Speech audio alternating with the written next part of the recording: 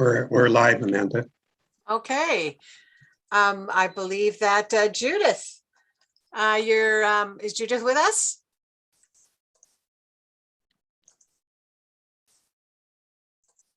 Unmute. This is why we build in extra time. Judith, There you go go. ahead, take it away. You ready? Okay. Good evening, everybody, and welcome to our virtual all candidates debate for Ottawa Centre. We are delighted tonight to have as our moderator, Amanda Pfeffer, an award-winning journalist from CBC. Amanda has worked with CBC from coast to coast before settling down here in Ottawa about 10 years ago. She is currently temporarily hosting the CBC province-wide noon call-in show program throughout the election. And Amanda, please take it away. Okay, well, hello and welcome to this community debate. And thank you, Judith. And thank you to the community associations that help make this debate possible. This will be a 2-hour debate, and we are lucky to have all 8 candidates participating in this debate in Ottawa Centre, which is quite a feat and suggests that all of you have put it in the effort and the time and expense for participating in our political process. And we thank you for that. And thank you for taking part in this debate. These questions come from both community associations, as well as from people who sent us questions through mail, and we received a lot. There will be questions themed around community questions, the economy, the environment, healthcare, as well as some miscellaneous questions. Ken Hoffman is also watching on Twitter. The hashtag is Ottawa Centre Debate for people who want to pose a question during the debate. If I've made a mistake with the hashtag, Ken, let me know. We may be able to poke in 1 or 2 questions through the debate of that, but we are leaning mostly on all of those many questions that you sent to us. Now, all candidates will have a chance to answer some questions, and other questions will be directed at 2 candidates as suggested by the person who sent us in that question. Now, each candidate will have between 60 seconds and 2 minutes to respond, depending on the section we are in. Now, we don't, why don't we allow the candidates to introduce themselves in the order that they will be giving their opening statements, and we'll start with Yasser Naqvi. Go ahead. Thank you, Amanda. Good evening, everyone. My name is Yasser Naqvi. I am your Liberal Party candidate in Ottawa Centre. Thank you. Thank you, Amanda. My name is Angela Mcewen. I'm the NDP candidate here in Ottawa Centre. Hi, everyone. Bonsoir tout le monde. Carol Clemenhagen, your Conservative Party candidate.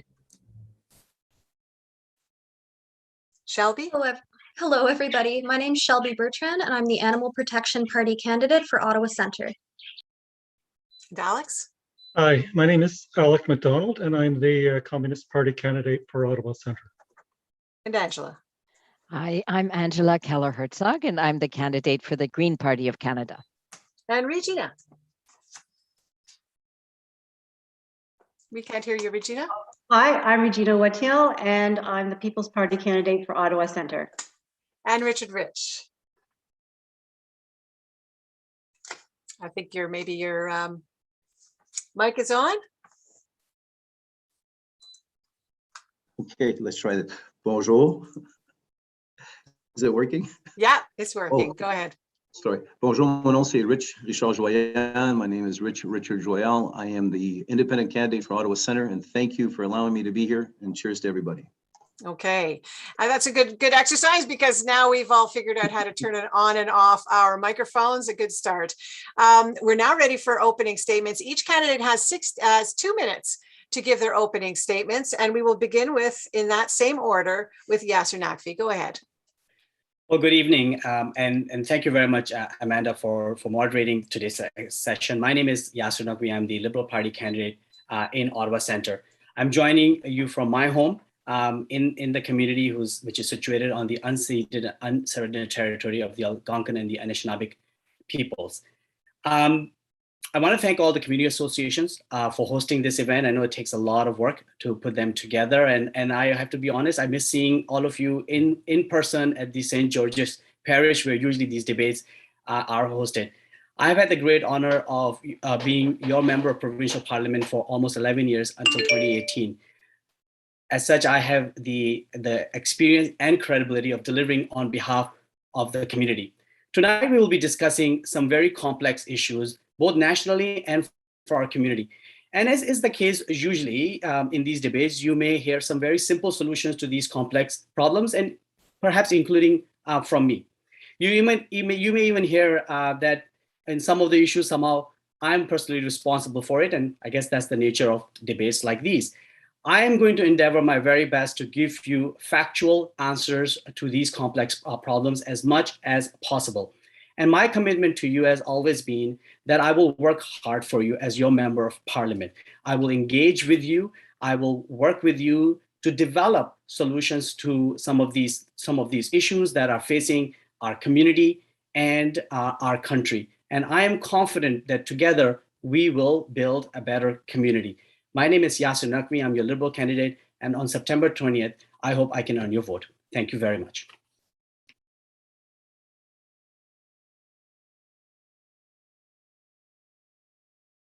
Angela, go ahead. Thanks, Amanda. My name is Angela Mcewen, and I'm running to be your next NDP Member of Parliament for Ottawa Centre. I'd like to begin by acknowledging that I'm joining you today from my home in Centretown on the unceded and unsurrendered Algonquin territory of the Anishinaabe people. And I'd like to thank you all for joining us tonight for this important discussion. Like many of the people that I've been talking to on the doors, I've grown even more concerned about the state of inequality in our community and across the country during the COVID-19 pandemic.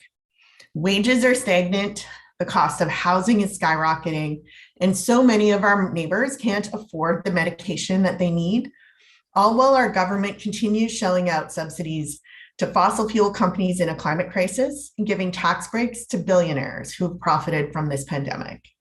I'm an economist by training, and as an economist, I know that budgets are about choices. And our governments need to start making better choices, ones that put people first. The NDP is the only party offering the bold solutions that we need, like ending fossil fuel subsidies, taking profits out of long-term care, and expanding our healthcare system to include pharmacare and dental care. And we're going to do it by taxing billionaires and wealthy companies like Amazon. And these aren't just platitudes. I've costed this out personally, and I just wrote a book on this exact topic, so I know it can be done. It's not about technical solutions or it being a complicated problem. It's about political will to make it happen. I'm running to be your Member of Parliament for Ottawa Centre because I will make these choices for our community, and I don't trust the Liberals to act with the urgency our country and planet deserve. We don't have to settle for good enough. We can demand better. I hope you'll join me in fighting for it.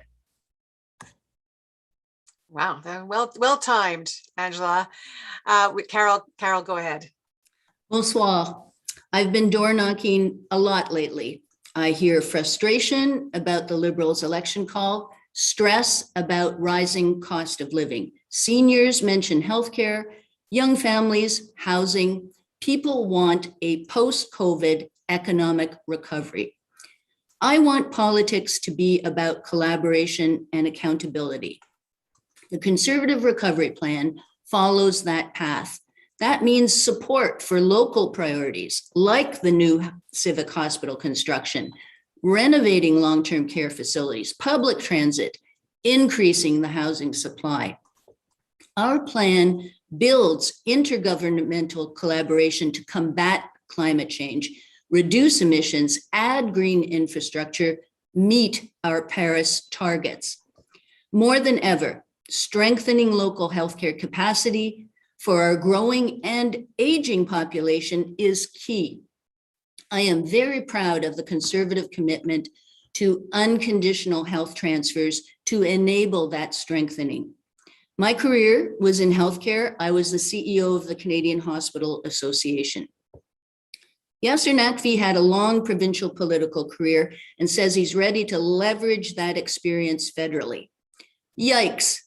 We are still paying off billions in electricity scandals from his provincial experience. Our Conservative Recovery Plan rebuilds the economy. It responds to our community needs. Why support me? collaboration and accountability, the middle ground for policy development, I will stand up for Ottawa Centre and our community's needs. I'm asking for your vote on September 20th to be your Member of Parliament. Also well timed. Shelby Bertrand with the Animal Protection. Go ahead. Good evening, Ottawa Centre. My name is Shelby Bertrand, and I'll start by acknowledging our being on unceded Algonquin land tonight. I'm honored to be the Animal Protection Party of Canada's first Ottawa Centre candidate, running my second ever campaign. APPC is Canada's first and only federal party to devote any part of their platform to animal welfare.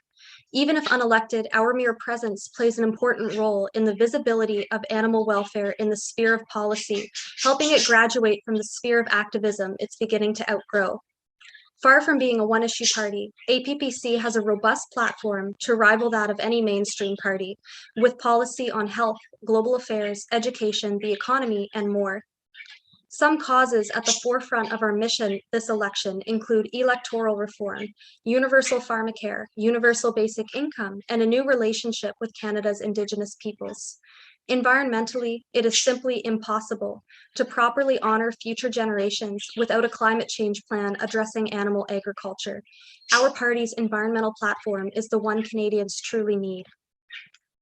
Canada needs a party with a truly comprehensive platform, a party ready to unapologetically pursue right and pursue it from a place of compassion and integrity.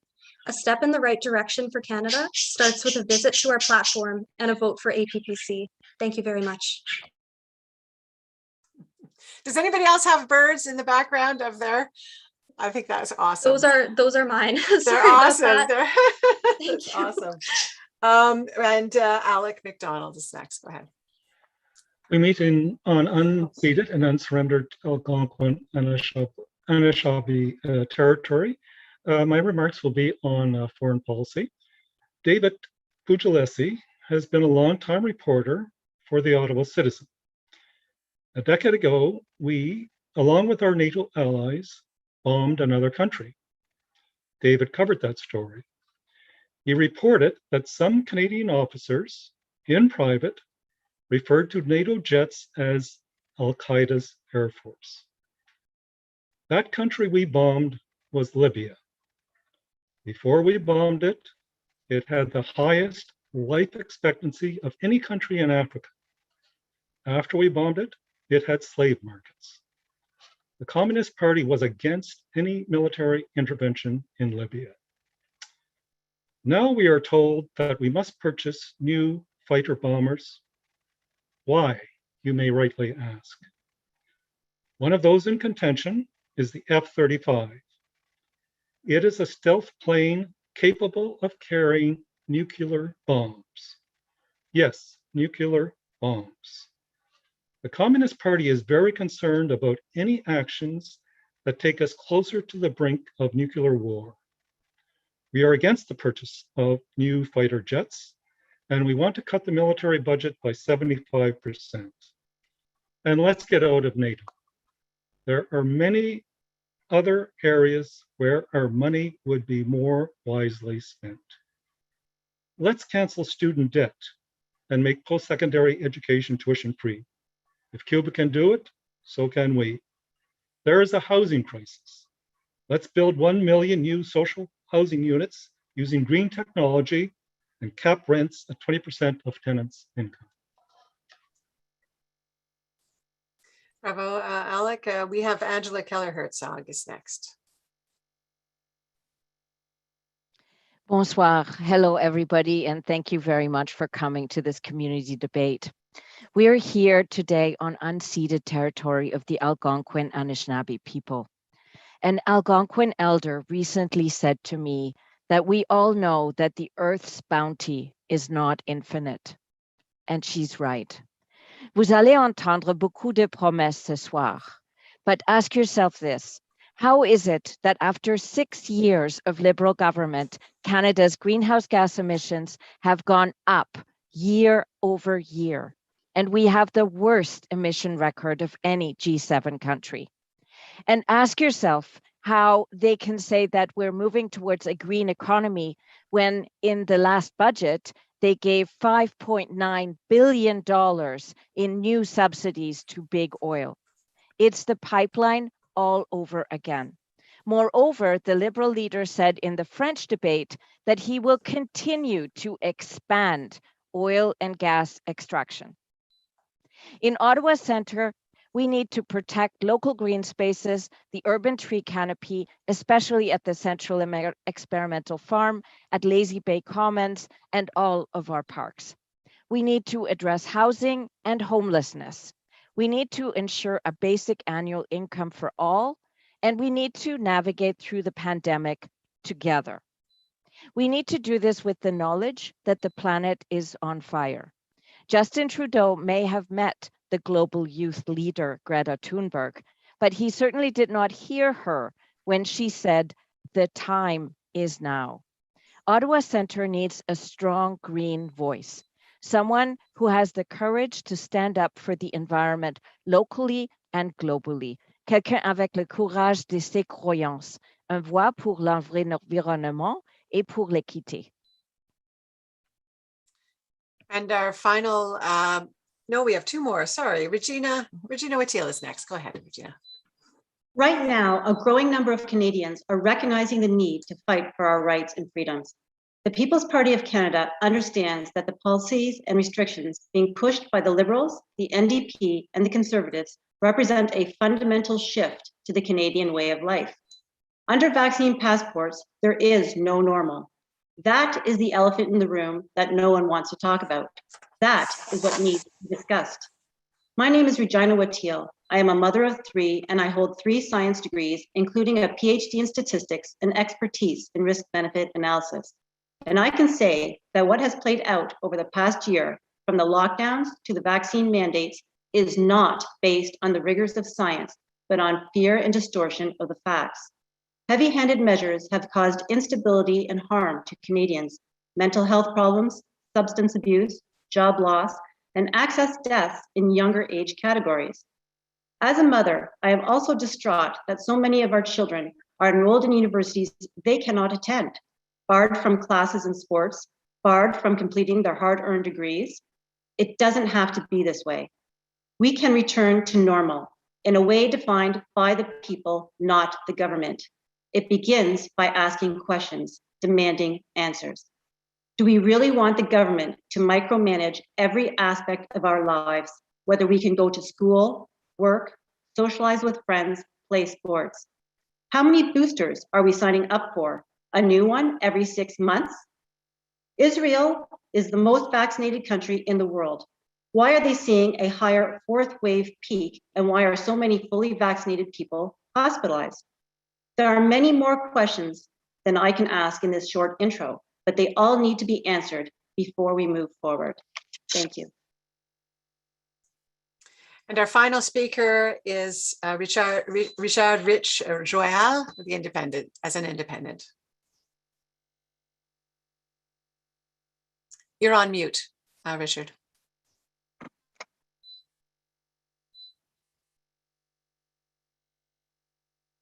Okay. Wow. I'm very well with technology, as you can tell. So my name is Richwell. I'm from Ottawa Centre. I'm right now using the location in 371 Gilmore.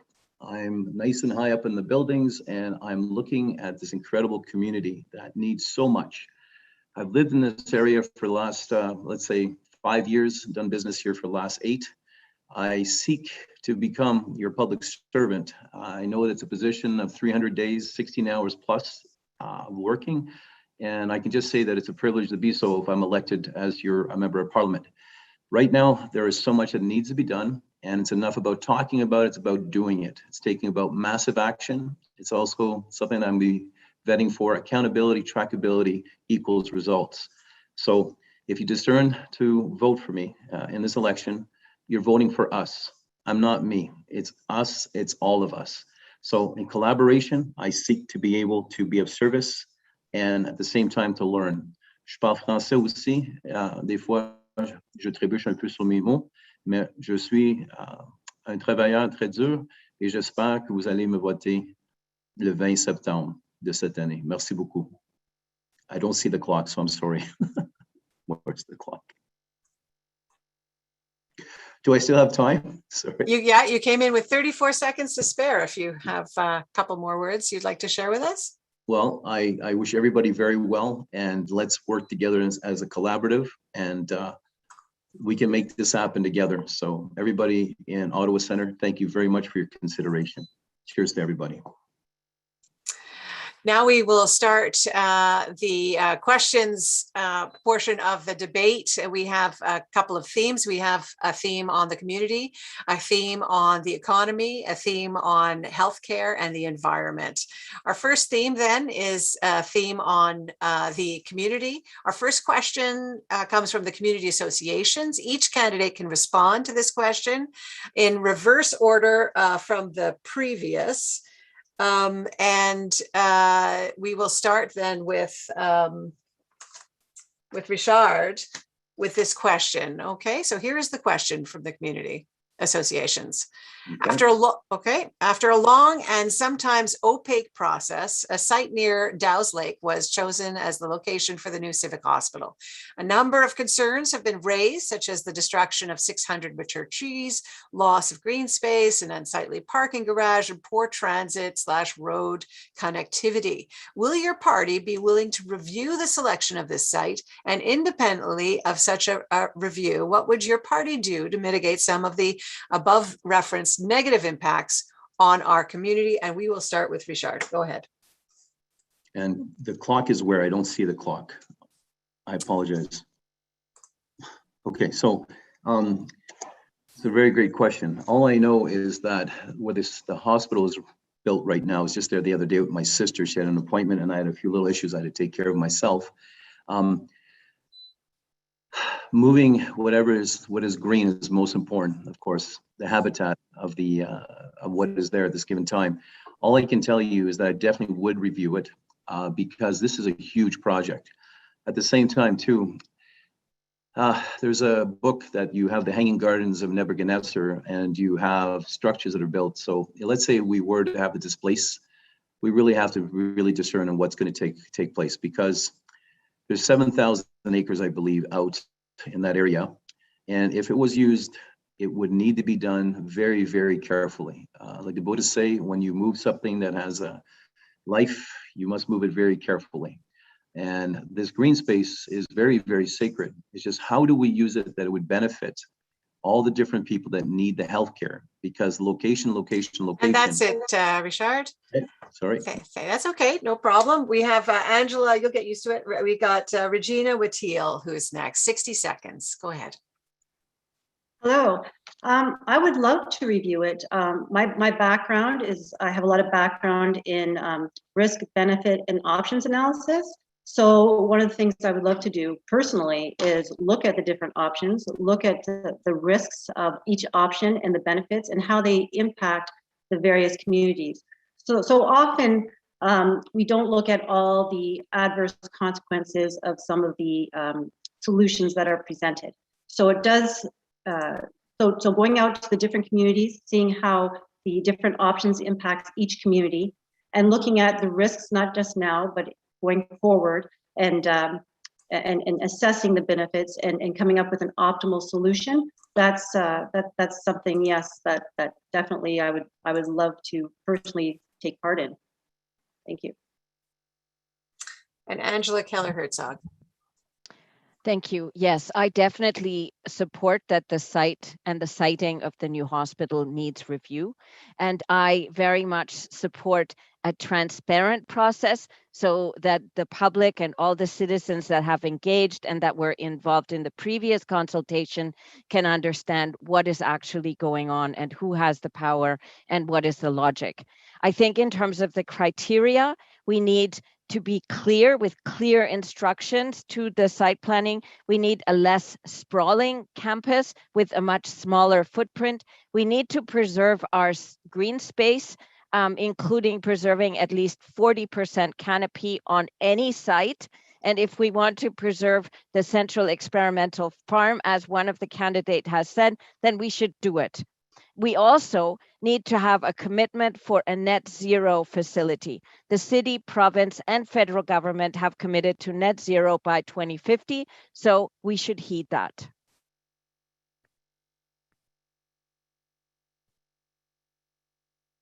No, I don't. Sorry about that. Next, Alec Mcdonald. Go ahead, Alec. Yes, on the face of it, it looks like the Tunney's pasture is the better option. The National Capital Commission did an in-depth study. I believe they had around a dozen experts involved in that study.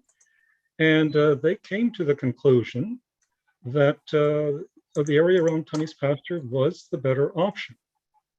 A few days later, Mayor Watson, accompanied with a few other politicians, without giving any explanation, unilaterally decided, to the best of my knowledge, that it was to be moved to where the current place is. So it, on the face of it, looks like a very undemocratic process that has happened. I agree with Angela on that.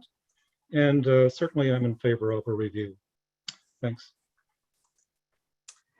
We have, next is Shelby Bertrand.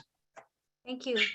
APBC, given our commitment to the environment, would I think quite obviously support an impartial and expert advised assessment of this location and whether or not this option really is the best or only one for such a vital institution, which, as Angela Keller Herzog quite accurately pointed out, should in and of itself have as little of an imprint on the environment and animals' green space as possible. And that is another big factor that would be featured in the reassessment of this proposal.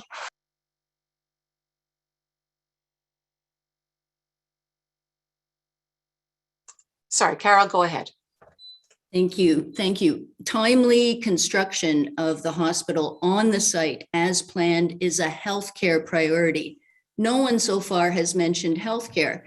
It's responding to a healthcare need in our community. Construction should not be delayed, certainly not by petty politics that we see being played out, especially between the Liberal and NDP candidate. This is a healthcare issue. It's a healthcare priority. That has to be our focus. The Neighborhood Association has done an exceptional job identifying areas for clarification issues. Of course, the taxpayers have every right to understand the impact on the environment, on transit, on surrounding neighborhoods. And the hospital and city have the responsibility to respond effectively to those queries. And I believe since 2016, the hospital has certainly had a community engagement. Sorry, Carol. Angela Mcewen is next. Yeah, I'll just pick up where Carol left off. I've talked to a number of people who are involved in that community engagement with the hospital, and they're telling me that they aren't very forthcoming with any answers. There's no transparency about why this location was chosen, why it is, as Angela and Shelby both said, why the footprint is so big, why the parking lot is going to be so gigantic. So there are a number of problems with the site, but also the proposal. And what we want to do, what I have proposed, is certainly not petty politics. We have a pattern of behavior in this city where politicians side with developers over what people's needs are. And this includes healthcare needs. We absolutely need this hospital, but we can get a world-class hospital and transparency and accountability from our politicians at the same time. Yasser Naqvi, you're our last speaker on this. Thank you very much. We need a modern 21st century hospital in a downtown core and not in Barrhaven. I hear this very clearly from members of our community, and it has to be done sooner than later. We've seen the impact of the pandemic and need for good healthcare facilities, and our civic hospital currently is almost 100 years old. However, I am quite disappointed by the process which the hospital has followed by not engaging with the community. The community engagement group that has been created is extremely important by ensuring that their views are incorporated. So what I want to do is reconvene that community engagement group, make sure the hospital there, discuss better integration of public transit, net zero standard bills for the hospital, protecting trees. But in addition, I want to introduce legislation to protect the Central Experimental Farm forever.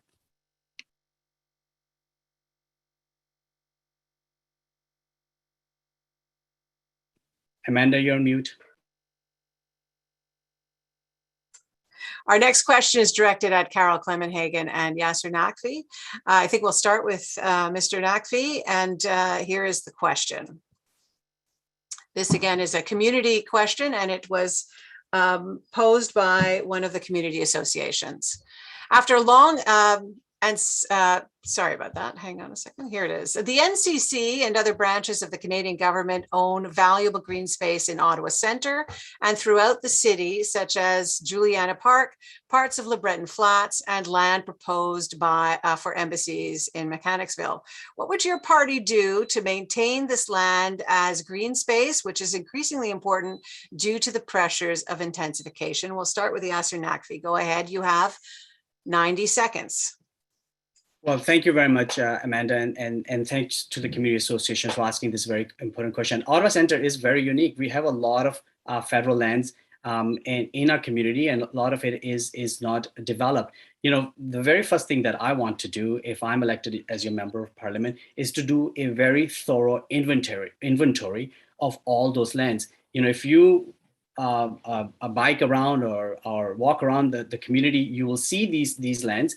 And I think it's important that we know exactly where they are located, how much space there is, what's the use is currently, and who's the owner. Because what I have learned also that there's different owners, Canada Lands Corporation, NCC, Agriculture Canada. So that's number one. Number two, I want to ensure that there is transparency. I want the local community to be involved and engaged in terms of any plans associated with those lands. So for instance, if we look at Honey's Pasture, I want to create a community group made up of surrounding community associations so that we can understand exactly what is being planned by Public Works for that particular piece of land. Lastly, I want to make sure that we protect and enhance as much green space as possible. I have put forward a climate action plan that talks about protecting green spaces in developing an urban tree canopy strategy. And as I mentioned in my previous answers, as it relates to Central Experimental Farm, I want to introduce legislation that will protect the farm forever as well. Thank you. Carol, go ahead. Thank you. I just unmuted. Off the top, one of the important things is for the Ottawa Centre MP to have a formalized role with the NCC. That has been sorely lacking under the Liberals. That will provide greater accountability to the local community. In terms of federal real estate, housing is a requirement. We should look at the federally held real estate portfolio and release a percentage of it for housing needs. On the subject of green space, one of the things that the Conservative Recovery Plan includes is a $3 billion investment for natural green infrastructure. I would like to, as your MP, secure funding immediately for our urban forest expansion. For the neighborhood associations, basically all of them are already thinking about tree inventories and expanding urban forests. We can start on that right now. We can get funding for our city, for our neighborhood associations, and start to expand our urban forests with climate resilient trees. That's going to help as well in terms of replacement of trees that will unfortunately necessarily be sacrificed for the hospital construction. We should be starting on planting those replacement trees now, where they should appropriately go.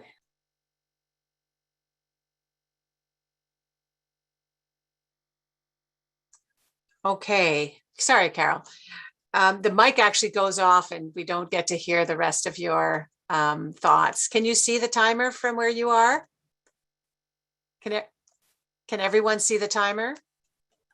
I can. So hopefully enough of it came through that you get it. I want to plant trees. We've got money to do so. I want to move forward and get it done. Okay. It's when it turns scary red. That's the hint. Our next theme is the economy. This question is directed at all of our candidates. For this, we are going to start with Shelby and then go to Carol and then Angela Mcewen and then Yasser Naqvi and then Richard Rich and Regina and Angela Keller Herzog and Alec is last. That's our lineup for that question. Here's the question. Each candidate will have 60 seconds. Do you support the establishment of a universal basic income? And if so, how would you replace the complicated network of income support programs now available? And again, we're going to start with Shelby. Go ahead, Shelby. I think the wisest way to go about establishing a program of universal basic income is with the strategy of phasing in and doing a transition in the truest sense of the word. Luckily, we live in a day and age where there have already been pilot projects conducted around the world, giving us hints about what to expect from such a transition. And I would walk Canada through that slowly with testing out universal basic income in certain regions before proceeding to a blanket transition. And the findings from both pilot projects around the world, as well as our moving forward step by step in Canada, will, I think, be the clearest indicator of what the phasing out of other means of help should look like. Thank you, Shelby. Carol Clemenhagen is next. From the evaluations that I've read of the concept, usually discussion centers on the cost of the program. It's a very expensive thing to contemplate. On incentives, are there unintended consequences? Are people dropping out of the labor market? And the important question of what other programs would have to be cut in order to compensate to fund such a program. So the Conservative Recovery Plan focuses on jobs, economic recovery, and economic growth. That is in order to provide equality of opportunity for everyone. That investment, that moving forward, is a way that all of us can share in the benefits of work and of adequate wages, of increasing wages. So that would be my approach: jobs, economic growth, and recovery. Okay, Carol. Angela Mcewen is next with the NDP. Thank you. In 2010, I wrote a paper called The Cost of Poverty in Nova Scotia, and I followed the methodology that had been used by the Food Bank in Ontario for doing a similar study. And what I found is that not treating poverty, so not giving people money and services that they need, is actually more expensive than it is to treat poverty. So provide housing and income supports. And over through the pandemic, I wrote another paper with some colleagues at the Broadbent Institute on what we think the solution to the answer to this question is, actually. So I encourage people to go to the Broadbent site and look for that paper. What we propose is providing that the federal government can provide an income supplement and work with the provinces to not claw it back. And that's what we're proposing actually in the NDP platform. We're proposing a guaranteed livable income for people with disabilities and seniors, because even with GIS, seniors are still in poverty. We go now to Yasser Naqvi. Thank you very much. And I want to be very clear. I support a universal basic income. In fact, when I was your member of provincial parliament, I sat on a cabinet committee that Premier Wynne had created called Poverty Reduction and Social Inclusion Cabinet Committee. And one of the tasks that we undertook was to develop a pilot in Ontario, many would recall, to introduce basic income. And in fact, we brought in people like Hugh Siegel, who's a progressive conservative, who gave us a lot of good guidance in terms of that pilot. We implemented that pilot. It was part of our budget with funding associated with it. I'm really sad that when Mr. Ford came into government in Ontario, he scrapped that very important pilot, because what we need is data. We need evidence to see that something like universal basic income works or not. In my opinion, it does work, but it's important that we do evidence-based decision-making. I will continue to advocate for universal basic income as your member of parliament. Thank you. Why don't we go to Richwell? Go ahead, Rich. So I think I got the unmuted done. So we're good. You can hear me. So I'm learning. So I'm absolutely for universal income. There's a lot of things that have to be reviewed. And I think that, yes, there's a timeline for it to be done, and it needs to be done as soon as possible. It also has to be taking in accountability and tracking the different areas through Canada, because the cost of living in various places is unbelievable. How expensive it is just to pay your rent. Same thing with the food costs, the increase. Everything needs to be done accordingly and fairly as well. So for those that are working and for those that need things to be topped up, also again, how it's dispersed, how it's received and how it's spent. And also I agree that we must have it where it covers the needs of people. So basically there's peace of mind. And at the same time, it doesn't penalize people, those that want to be more active and want to be entrepreneurs. So they're as well covered. So it should be covered from A to Z for everybody. And I can't see the clock. Well done. Well done. Perfect. Regina Whittiel, go ahead. Okay, this is a kind of complicated issue. Universal basic income, it sounds attractive. It sounds like it will combat poverty. But in order to do universal basic income properly, what it would mean is everybody would be entitled to it, everybody, depending on nothing. Everybody gets it. And then you would rework your tax system. So that's really not what we're talking about when I hear the Liberals or anybody else talking about a universal basic income. I have no faith that the government would do it in a fair and equitable manner, and I see it creating a lot more problems than solutions. So I do see it as a lot of times they are suggesting a base amount and then you claw back when you get into the labor market. So you are going to have issues with getting people into the labor market, and it does provide a disincentive. There's also inequality when it comes to looking at people's marital status. And if you're married, again, you're not entitled to as much because now you're married. So now you're looking at a marital kind of tax. So I don't see it being equitable. Sorry, timer went. Nope, you did it. Angela Keller Herzog. Thank you.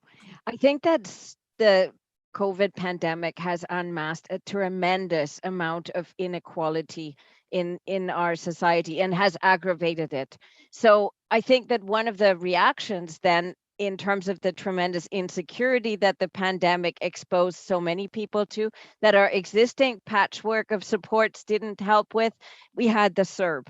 So this whole irrational patchwork, and some people in, some people out, some people falling between the cracks, makes no sense. So in the same way that we talk about regulatory certainty for enterprises, we should have regulatory certainty for individuals, that there's a floor they can stand on.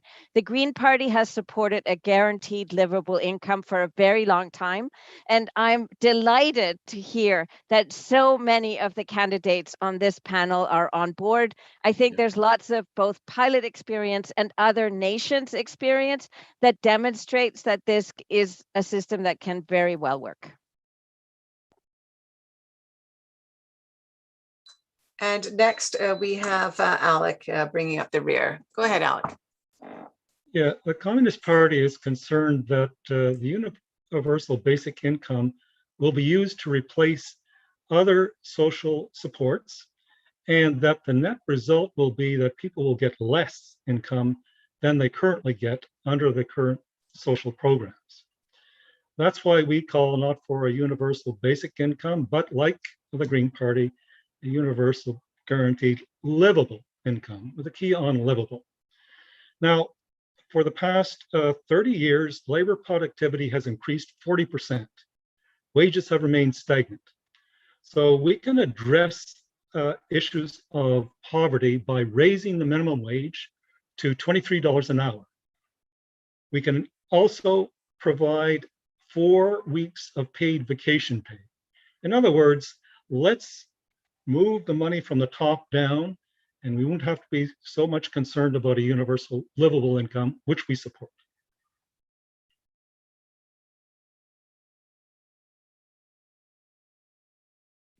Amanda, you're on mute. I'm sorry.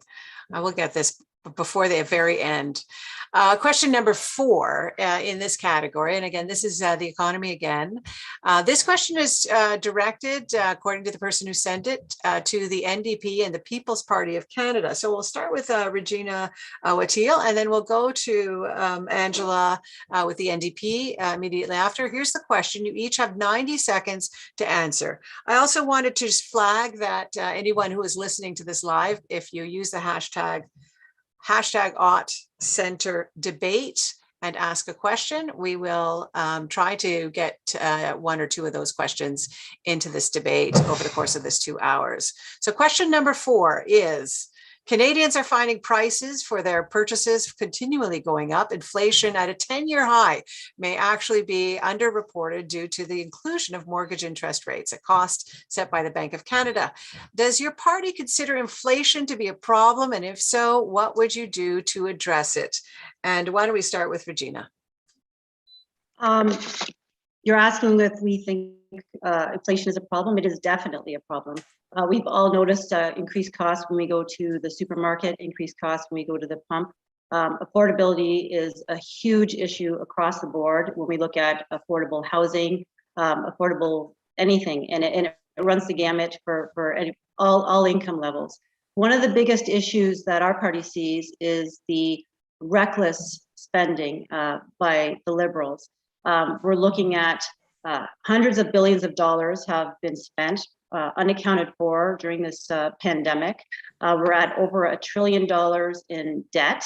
It's expected to grow to more than 2.7 trillion more in debt before, plus 3.8 trillion in interest payments before the budget finally balances itself in 2070. So that's what we're looking at. And when you have this kind of spending, you're looking at massive inflation.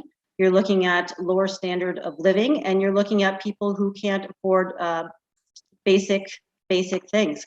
So yes, one of the things is to rein in the spending, and the second is looking at the impact that the lockdowns have had in terms of people's job security and job losses, unemployment.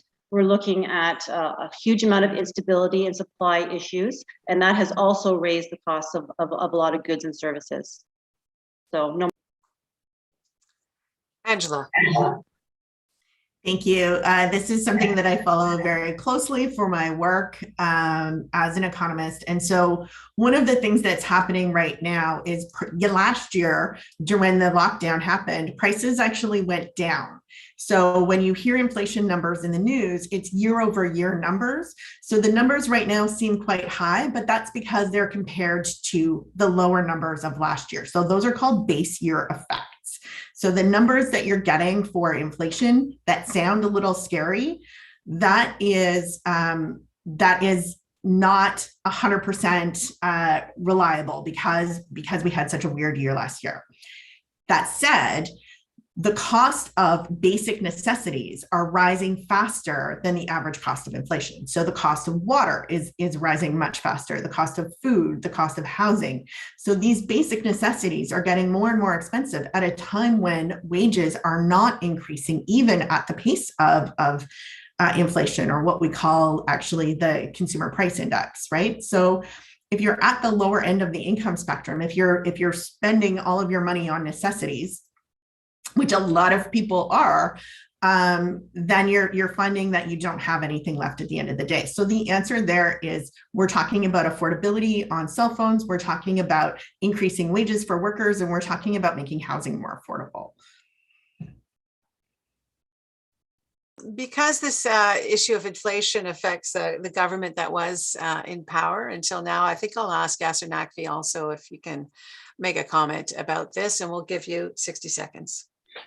Thank you. And yes, of course, inflation is an issue, and I agree with Angela's explanation as to why we're seeing that increase in inflation, because the comparator is to last year, which was a very different year. If you compare it to 2019 inflation rate, we are pretty much in the right ballpark when it comes to the rate of inflation. The other thing I think we have to be very mindful about is not to politicize inflation, because that is something within the purview of Bank of Canada, which is independent and arm's length when it comes to determining monetary policy. We have lived through a very strange time where government had to spend the money necessary to support people when the entire economy has to be shut down. We had to ensure that people have enough supports to be able to put food at the table, that our small businesses and have supports to be able to pay their rent. What we need to now focus on is to grow our economy so people can get employed and people can make good real wages, and that is going to be the focus of the Liberal government. Okay. We promised that we would include some questions from our hashtag @Center Debate. And in the next, coming up after our break, we have a short break at the 8 o'clock hour so that you can hear a little bit about what the community associations are doing, and so that our participants can stop staring into the screens with smiling faces for just a minute. And so the next half hour, we're going to talk about our next theme, which is the environment.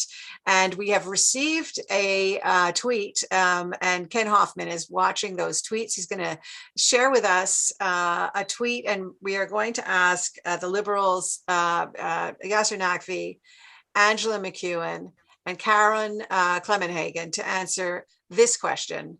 Ken, what did you hear? Thanks, Amanda. We have a tweet from Johan Hamels, and his question is, what is the position of the candidates on the nuclear waste storage plans upstream on the Ottawa River? And why don't we start with Yasser Naqvi? Thank you. Thank you very much for the question. My biggest concern, of course, is to ensure that we protect the vitality of the Ottawa River. It is a treasure in our community. It's a heritage river, and we need to make sure that all necessary steps are being taken to protect the water, to make it drinkable, swimmable, fishable, as a resource. The Ottawa River Keeper has done tremendous amount of work in protecting the river and sharing with us the importance of Ottawa River to our biodiversity and our ecosystem. So I will do everything as a member of Parliament for Ottawa Centre to ensure that there are strict and rigid plans in place in terms of what's being proposed. There is obviously a very robust regulatory process to the Nuclear Safety Commission as it relates to any storage or disposal of nuclear waste. My number one priority, and I cannot be clear, my number one priority is going to be that our river and the biodiversity that comes with that river and all of us who live along the river are protected. And I will partner with experts like the Ottawa River Keeper and other scientists in our community and in the federal government to make that happen. Thank you. We'll go now to Carol Clemenhagen. Go ahead, Carol.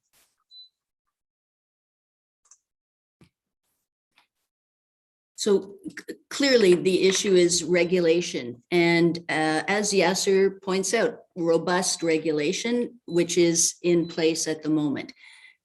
Disposal of nuclear waste is the question we're always faced with, right? As we talk about moving to net zero, part of that process has been looking at small nuclear models that can be used. That's part of climate transition to a net zero future.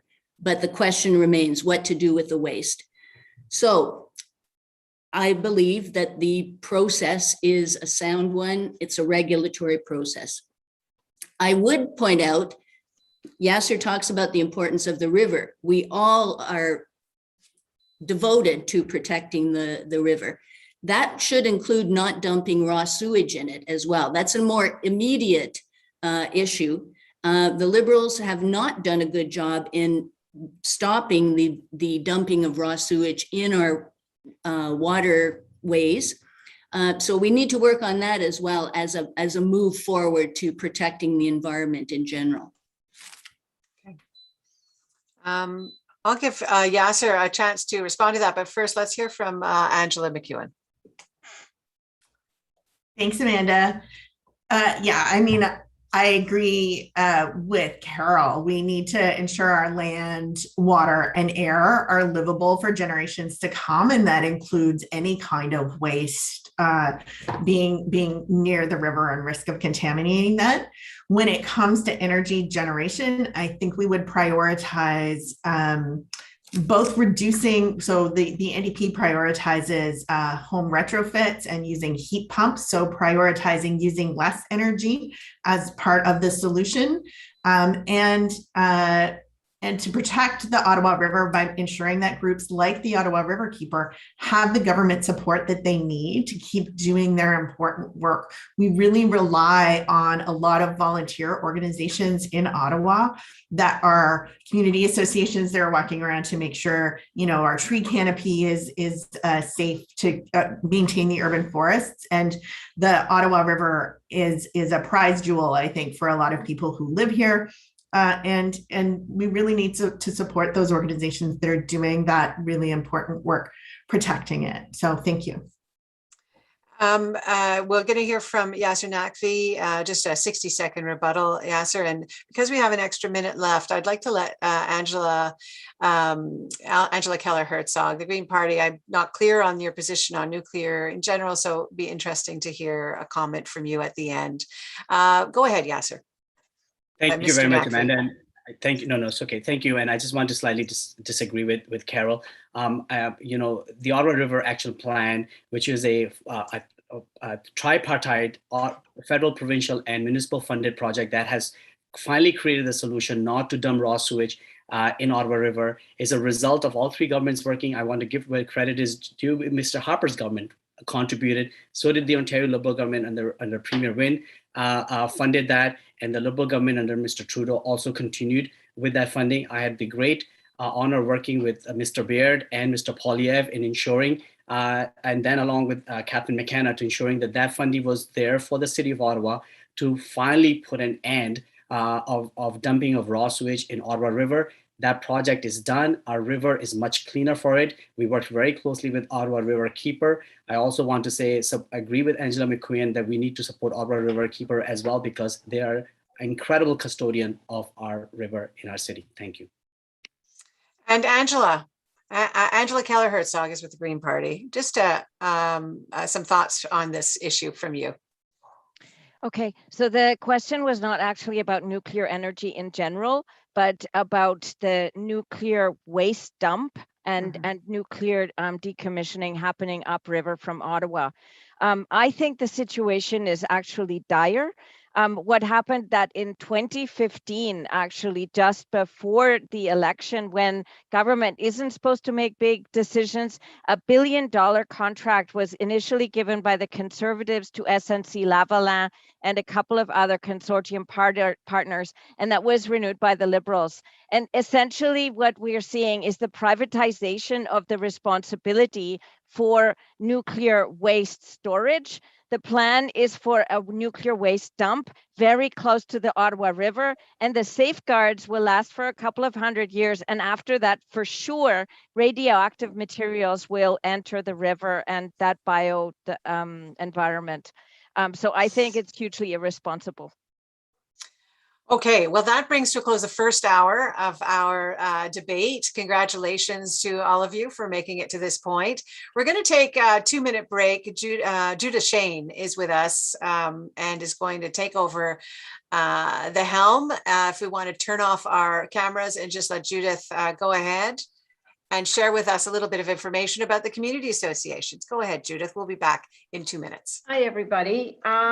Just to remind everyone that closed captioning is available tonight, and it's on the menu at the bottom of your screen under live transcripts. So we're letting the candidates take a brief 3-minute break to stretch their legs. And while we do that, we'd like to take a moment to thank the 10 local community associations in the western end of Ottawa Centre who organized this debate.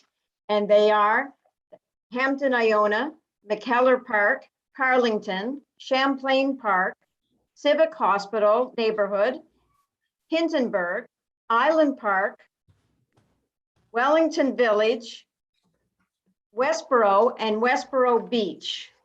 And now it's over to Lauren Cutler, who's going to talk to you a little bit about what community associations do. Hi, I just wanted to spend a few minutes talking about community associations, the importance they play in your community, and how community associations wouldn't be able to function without volunteers from their communities. Tonight's debate is an excellent example of that.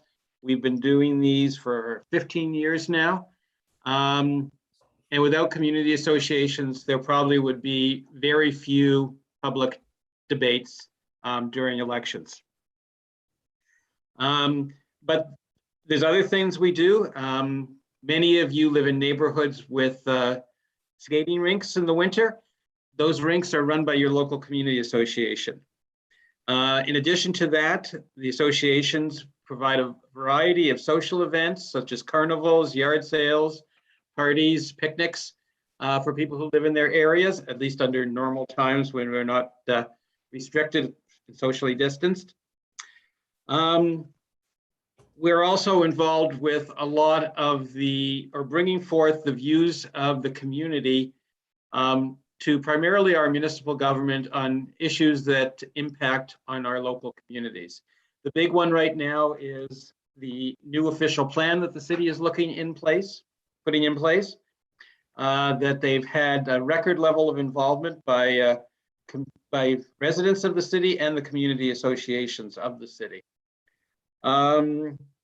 Other city issues that affect all of us that we provide input to the city on are transportation issues, the environment, as well. More and more community associations are getting involved in local environmental projects, and some things such as tree planting or creating more gardening space in the community or in our local parks.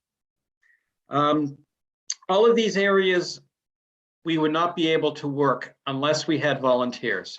And I would be surprised if any of the sponsoring groups tonight would say, we have more than enough volunteers, you don't need to give us a call. That's not the case. We're always looking for people who are willing to help out, be it on the social activity stuff, helping with our community rinks, but as well with dealing with City Hall and dealing with local development issues. I left that out.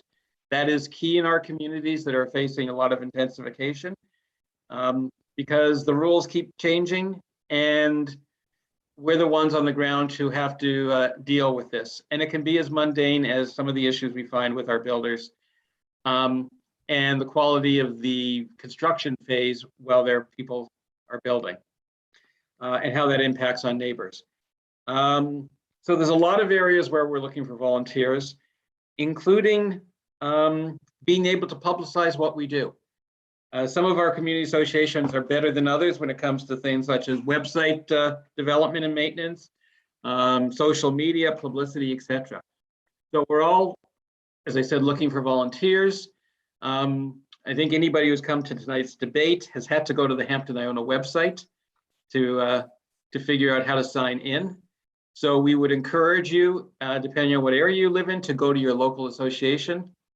If you don't know your association, you now have the address for Hampton Iona. You can come to us and we can tell you what association boundaries you live within.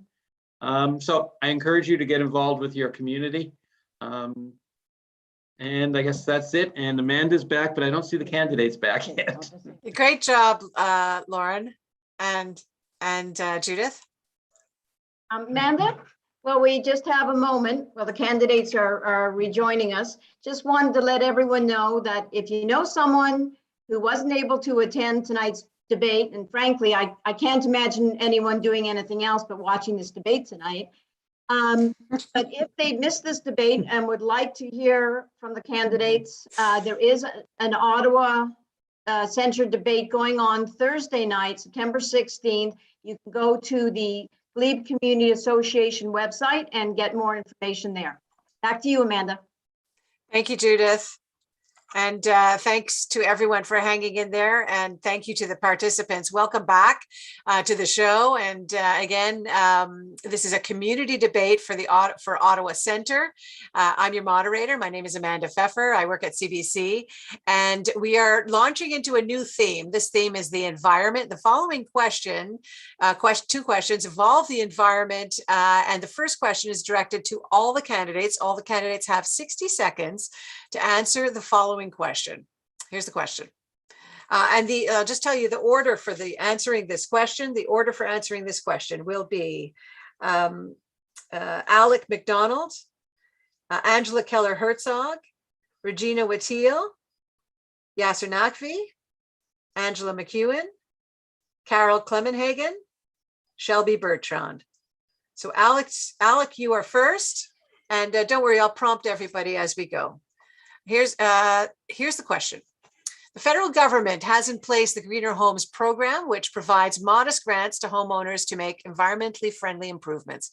How will your party provide greater incentives for Canadians to become energy efficient and environmentally friendly, given the urgent need to address the climate crisis? And again, each candidate has 60 seconds, and we start with Alec Mcdonald. Our primary project in housing is to build 1 million new social housing units with green technology.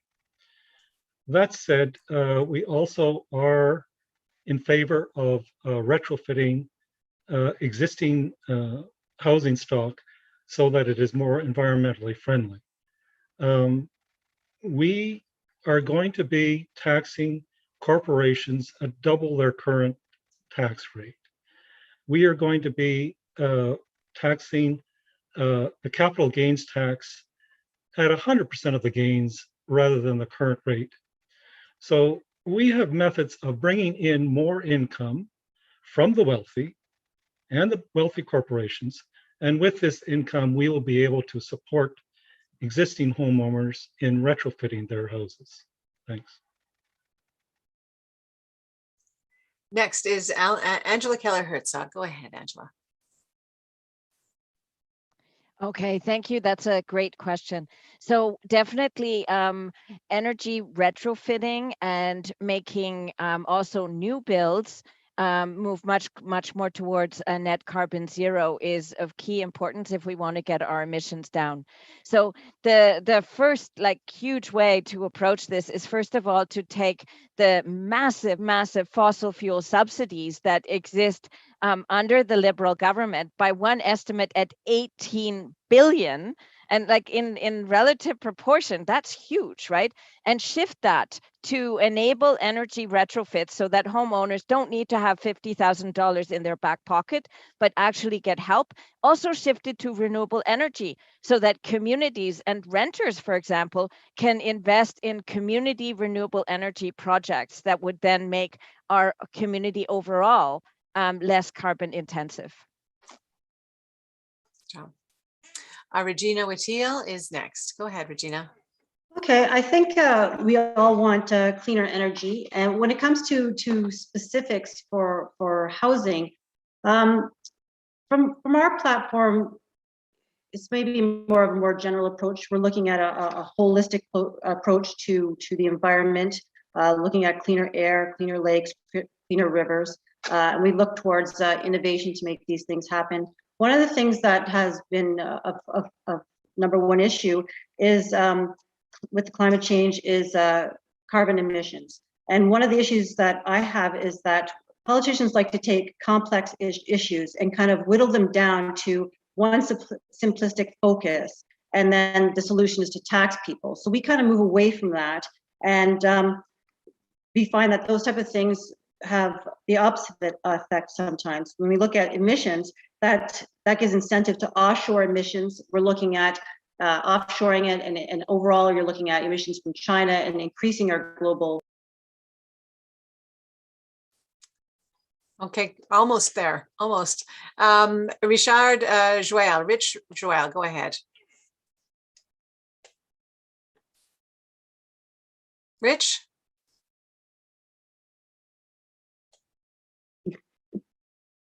Go ahead. You have 60 seconds. There you go. Okay. So with everything that's been said, what exactly is green technology? So, products coming in from other parts of the world. I think it's time that we start bringing everything back into Canada. And I'm talking about deforestation. I'm talking about using, let's say, hemp to create a lot of the products that would be needed to make new construction materials.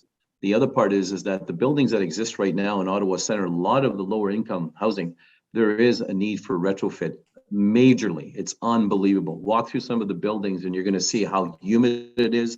The air is completely dense. It goes on and on and on. So cleaner energy, better technology, innovation, and also creating more jobs in the Ottawa Centre with the materials that we have and we'll develop together with new technologies. Thank you very much. Mr. Yakvi, go ahead. Thank you, Amanda. So we know that built environment is a significant contributor to greenhouse gas emissions, and we have to engage in major retrofits in order to reduce those emissions. The Liberal Party has put out a robust set of initiatives. They're listed on page 45 of the platform, so I encourage you to look at it. But here's a couple of highlights. One, we want to make sure that all new build are done on net zero standard by 2030. For home retrofits, we want to give up to $5,000 in grants and up to $40,000 in interest-free loans to homeowners to do retrofits of their homes. And we have many older homes in Ottawa Centre. Also, we want to invest significantly in social housing to retrofit them, as Mr. Joel was talking about. That's an important investment. And last, we want to launch a community-led net zero homes initiative that supports projects where neighbors or communities or neighborhoods can come together to create net zero homes. Angela Mcewen is next. Go ahead. Thank you. Yeah, so the NDP wants to improve the National Building Code to ensure that by 2025, so that's coming out fairly soon, every new building built in Canada is net zero. And having energy efficiency and sustainable building practices at the core of our national housing strategy, the 500,000 new units of affordable housing that we're building across Canada. That creates good jobs, delivers affordable homes, and helps make sure that new homes that are being built are energy efficient. We also want to work with Indigenous communities to make sure there's an Indigenous-led housing project to make sure that their houses are safe and secure, but also energy efficient. And the NDP has committed to retrofitting all buildings in Canada by 2050, starting with older buildings with targeted supports for low-income households and renters, and low-income loans or low-interest loans for homeowners. And next on our list is Carol Clemenhagen. Go ahead, Carol. Thank you very much. So governments need to be obsessed at the moment about measures that can push innovations that reduce greenhouse gas emissions while avoiding increased costs. So one of the areas in terms of the areas that have the most emissions, of course, are buildings and transportation. So on buildings, there are practical things for homeowners, tax incentives that will act as incentives and helps to the homeowners. On buildings in general, provincial and municipal levels have most control over those areas. So the Conservative approach is collaboration with the provinces and municipalities to be able to move forward on building code changes, for example. That's going to take a lot of interaction with the provinces. We need a government that's going to be able to do that.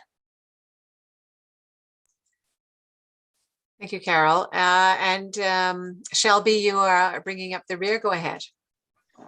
Thank you for that. I'll start by saying that something that struck me as interesting about this endeavor is that APPC believes that the onus has been put on individual Canadian citizens in an almost consumer type of role for way too long to try to do their part for the environment.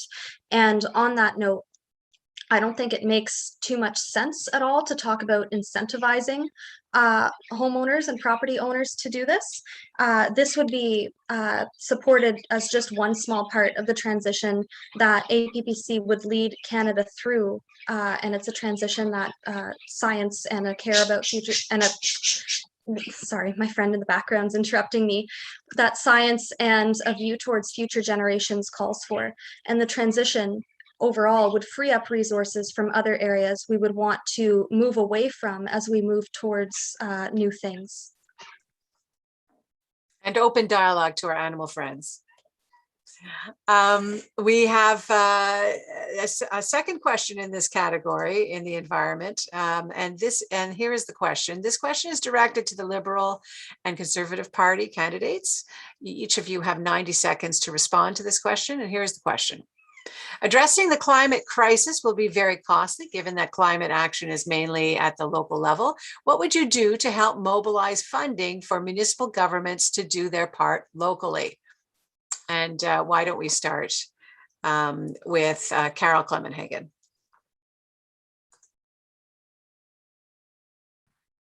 Thank you. So the Conservative Climate Plan has been independently analyzed, and it delivers greenhouse gas reductions in line with current government plans and to achieve our milestone targets.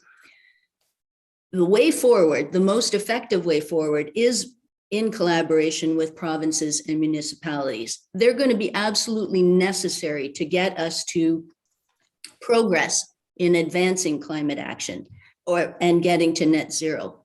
Liberals have consistently failed to get provinces on board. So as we move forward, the array of activities that we needs to be quite broad, and it's urgent. We need to start moving forward as quickly as possible.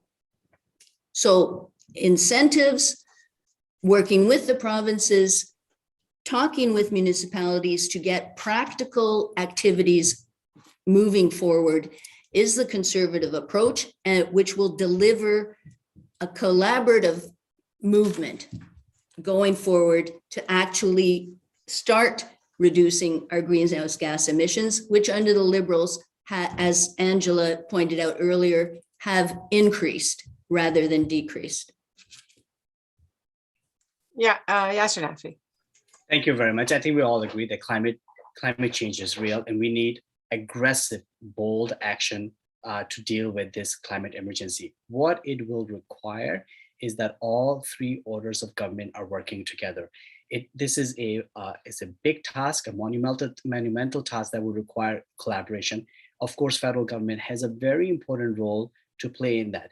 I'll highlight two examples of partnerships that I think is important in ensuring that we are dealing with this climate emergency. One is in the transportation sectors. One of the biggest things we need to do is to create alternative ways of people to get one place to the other, especially by investing in public transit like the Ottawa LRT. Federal government has played a very important role by investing in Ottawa's LRT, and also by bringing by 2030 electric buses to Ottawa so that we can change the entire fleet. Second, as we were speaking earlier, in our built environment, by retrofitting affordable housing units, social housing units in Ottawa, but also when we're building new social housing, as I'm committing to do so in Ottawa Centre, that they are built on a net zero standard.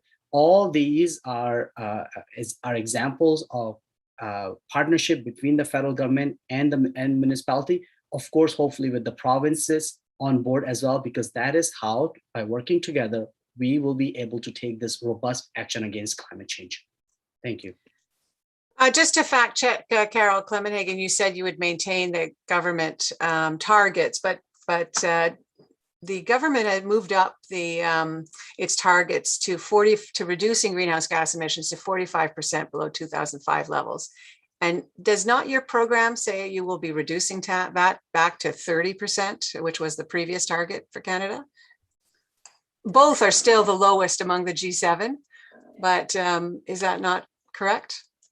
I think it would be inappropriate to categorize it as reducing anything. The Paris target was 30%. As we move forward, it's a forward-looking process. As we make progress in actually achieving the 30% target, unfortunately, under the Liberal government, we significantly failed to meet our 2020 target. In fact, something like over 20% failure. So let us move forward practically, effectively to actually achieve our climate reduction targets. And as Paris continues, the discussions continue, as science continues, as innovation continues, clearly there's a process of increasing our engagement in climate action, which is absolutely essential. Okay. Yasser Naqvi, do you want to jump in? We'll give you 60 seconds. I just want to say, going back on targets is not the way we're going to address the issue of climate emergency. Canada has made an international legal commitment by committing to at least 40% reduction. We have also passed legislation that requires to be net zero by 2050 with accountability. That's the path forward. We need to make sure that we are working on that transition, both in terms of our industry, heavy emitters, in terms of reducing emissions from oil and gas, as we have committed in our Liberal platform, and also by ensuring that our built environment and our transportation sector is also moving towards net zero. Thank you. Carol, 5 seconds. I'm just kidding. You're mean, Amanda. How about 30 seconds, Carol? No problem. Okay.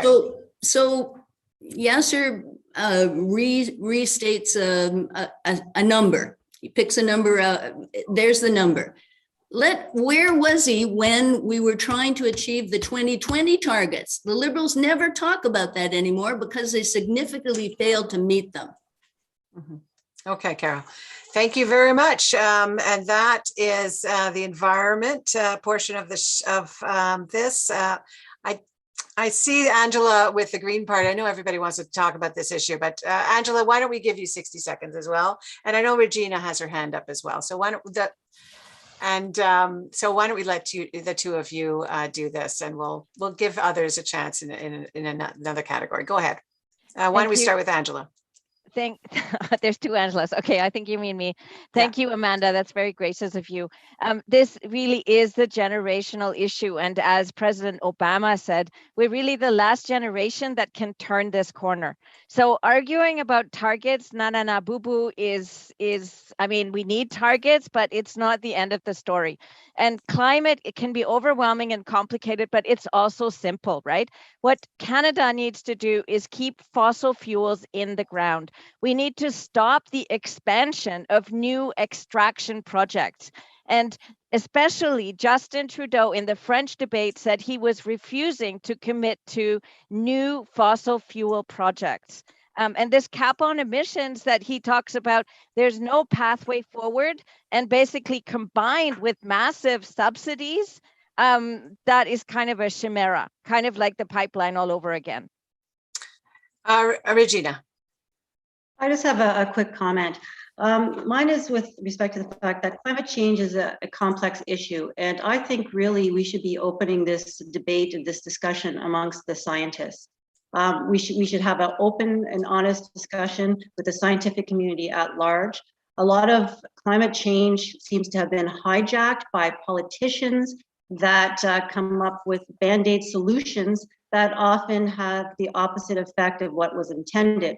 So I see a lot of talking, I hear a lot of talking amongst the politicians about things that should be done, but what I don't really hear from is the scientific community. And I don't feel that we've actually had an open and honest debate that includes scientists. So that's what I would like to see. Thank you. Thank you. Our next theme is healthcare. And we have a healthcare question from Twitter. And Ken is going to tell us all about that. Go ahead. Whoops. Amanda, we have a question from J.A. Prue, and it's for the CPC and the PPC candidates. Can you comment on the issue of vaccine passports for travelers and federal workers? whose rights should be prioritized, those who choose not to get vaccinated or those who want to work or travel without worrying about COVID? Thank you, Ken. Why don't we start with Regina? Go ahead. We are going to give you 90 seconds for this question.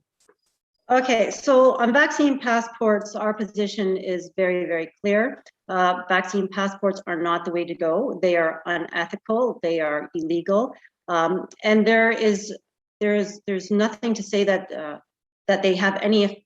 What is the purpose of the vaccine passport?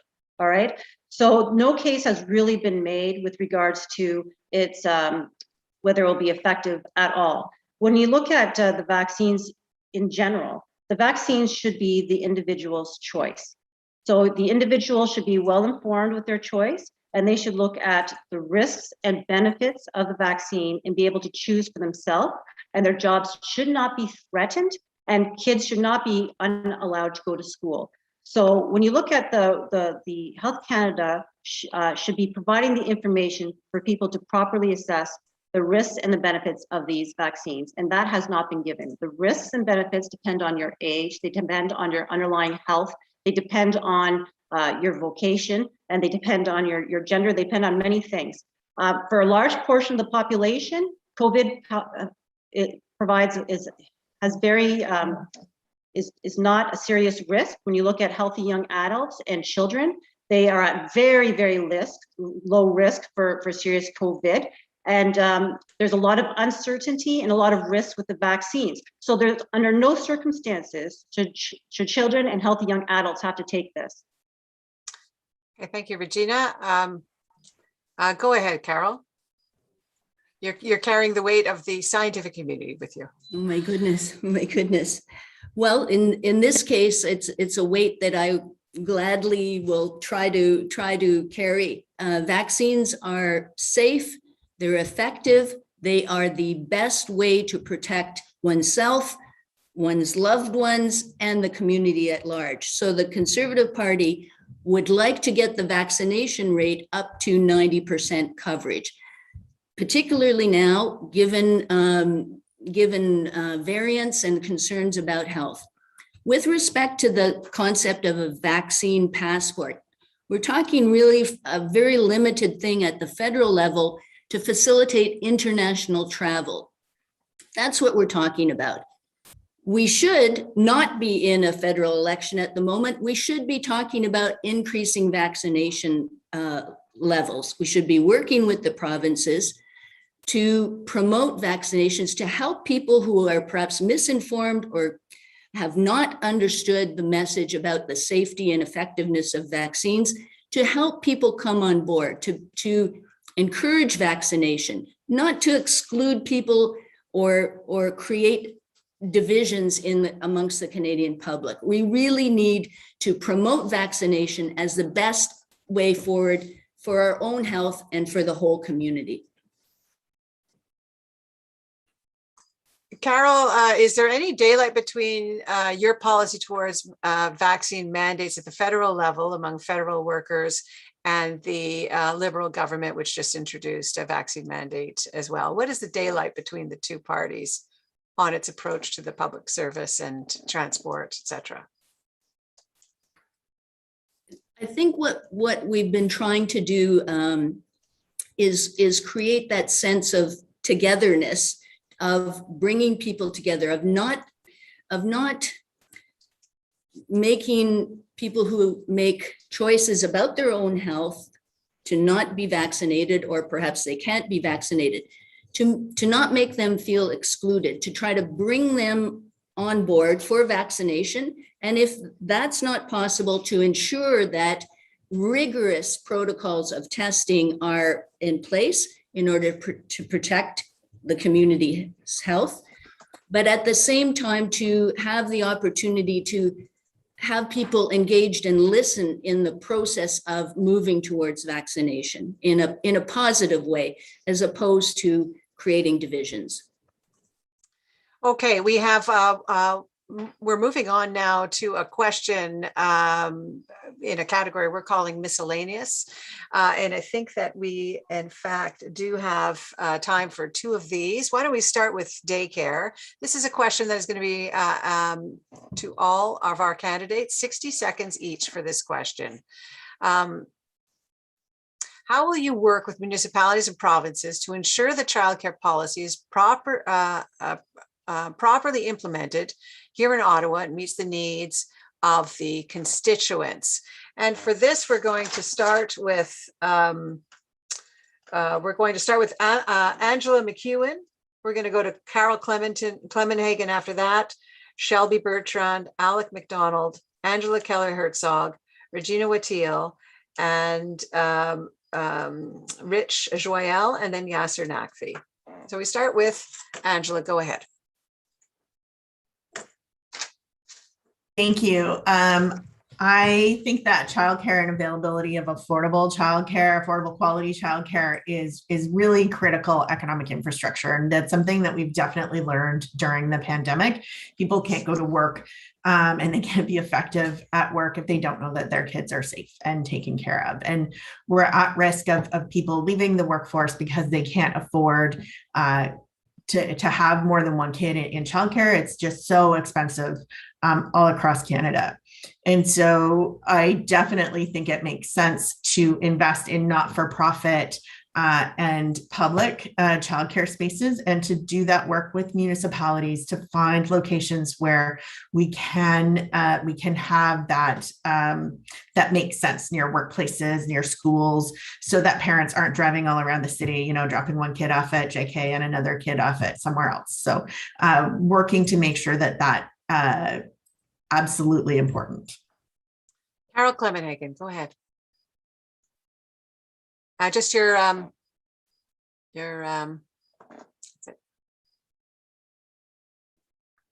aloha. Sorry about that.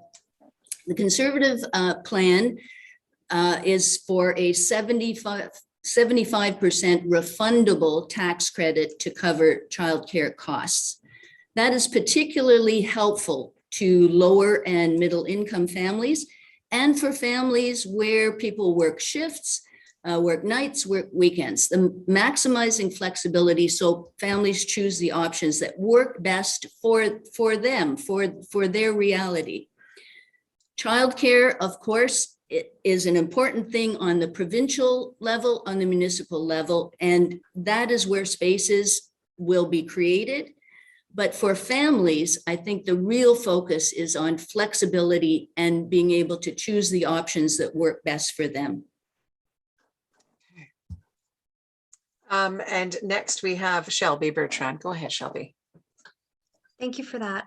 Bridging across multiple levels of government is, I think, an indispensable tool in the hands of any leader actually seeking to accurately and with precision target issues that affect the quality of life of citizens in any case.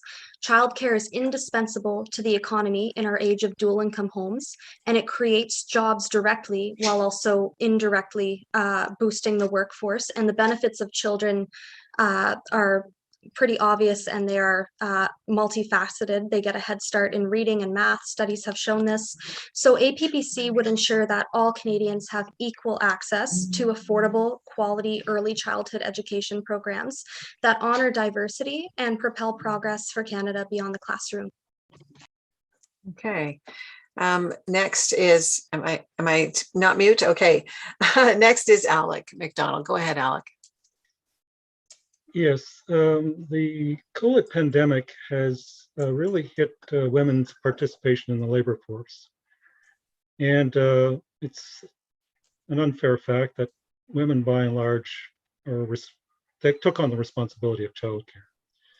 So we need to address this issue. And the Communist Party's position is that we have a universal quality, free childcare with Canadian-wide standards.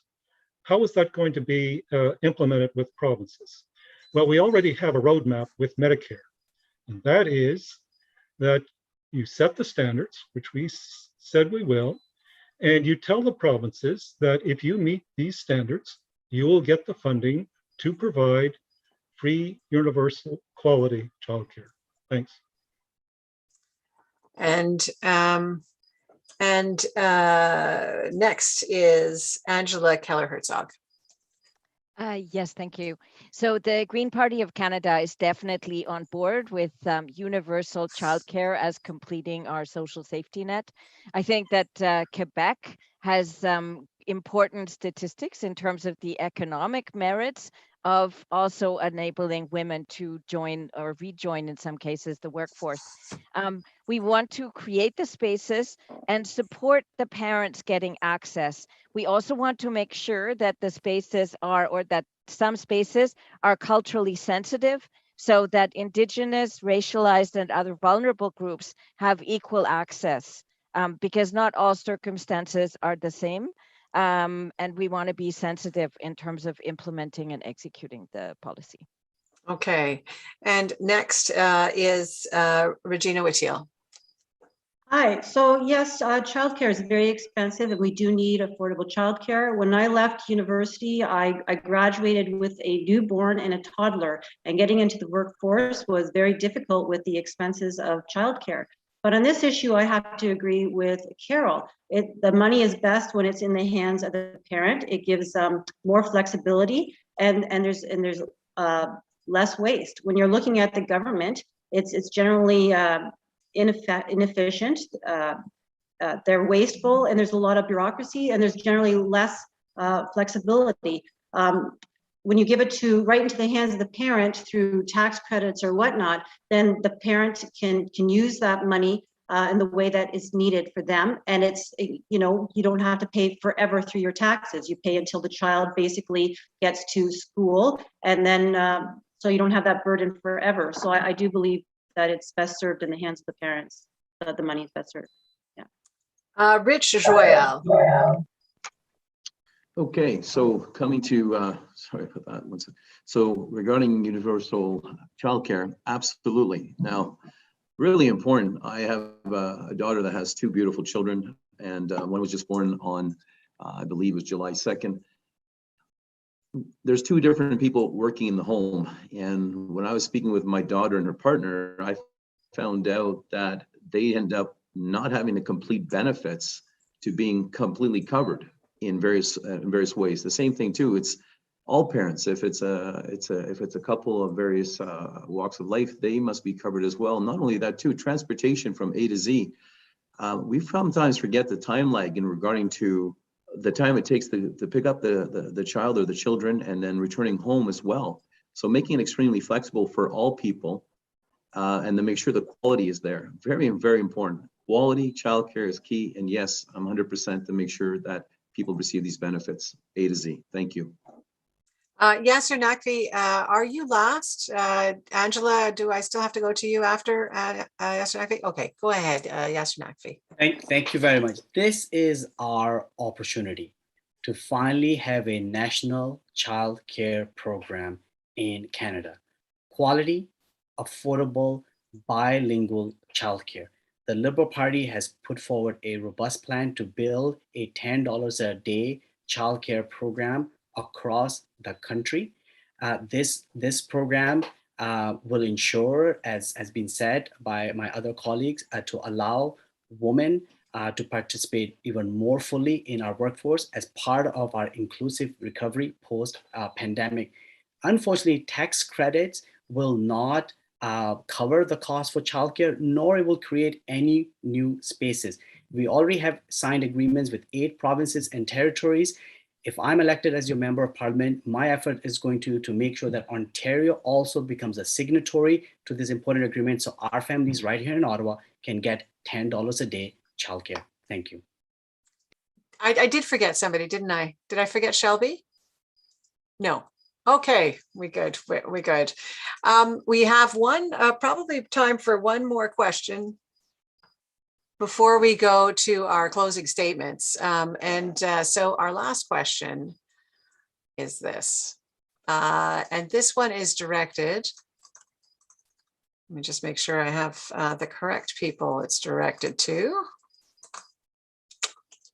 This is to Yasser Naqvi and Carol Clemenhagen. The question is, which do you think is more important, our economy and trade on human rights? Sorry, which do you think is more important, our economy and trade or human rights when Canada deals with China specifically? Yes, so which, I'm just going to ask that. Sorry, there's a typo in it. I can't figure out how this sentence ends, but I'll just say it this way. Which do you think is more important, our economy and trade or human rights when Canada deals with China? Why don't we start with Yasser Naqvi?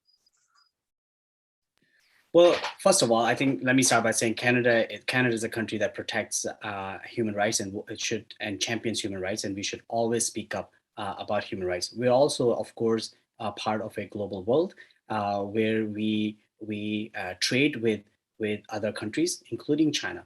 And so it's always a matter of a balance to ensure that we are able to operate and act in a multilateral environment. I'm a multilateralist by values and always promote a multilateral approach. But of course, be able to speak on issues around human rights, because that is also a core Canadian value. We need to make sure that we are always promoting Canadian prosperity, but also standing up for rights of Canadians and people around the world. Thank you.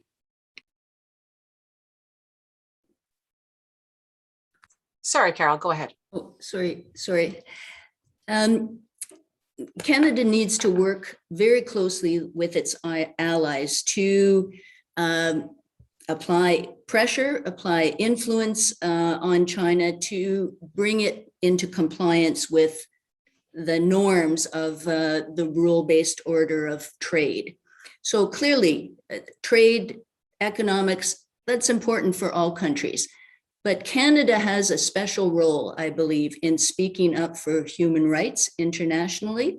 And so, for example, part of the conservative approach is to not import products made in China with forced labor.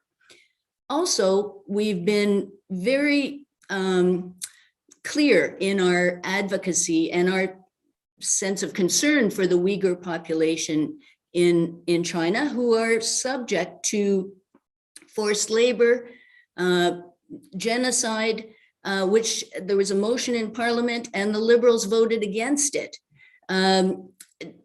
Clearly trying to balance economy issues, foreign policy, et cetera, et cetera. Canada has a special role in speaking up for human rights, and the Conservatives will always do that.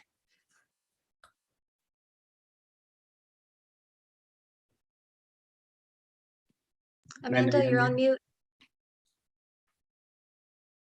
Sorry about that, Mr. McDonald. Why don't we give you 60 seconds, Alex? I see that this is something that you want to talk about. Go ahead. Yes, in regards to the Uyghurs, I encourage all my listeners in the audience to check out Max Blumenthal, who has a blog with the Gray Zone. He is a very competent reporter, and he looked into this issue, and he found that the source of this story is a fellow by the name of Adrian Zinn. And Adrian Zinn believes that he is on a mission from God. Now that should raise some red flags for anyone who thinks that such a person is an objective reporter. Yet, this is the reporter that the US government relied upon when they made their accusation. Okay, thank you for that, Alex. We have time for one more Twitter question. Ken Hoffman is watching our Twitter feed, hashtag Ottawa Center debate. And you have a question for us. Go ahead. So this one is from Sarah, and she says, so Millennial and Gen Z are a huge chunk of the voters, especially in Ottawa Centre. What are your parties doing for student loan recovery and better access to post-secondary education? Okay, we only have time to pose that to a couple of you. I'm suggesting Angela Mcewen, and the two Angelas. How about that?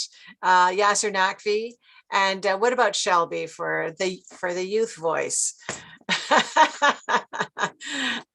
Okay, so why don't we start? And if we have time, we'll see if we can fit one more voice in there. But we do have to be out of here and give you time for your final remarks. So why don't we start with Angela Keller Herzog? Go ahead.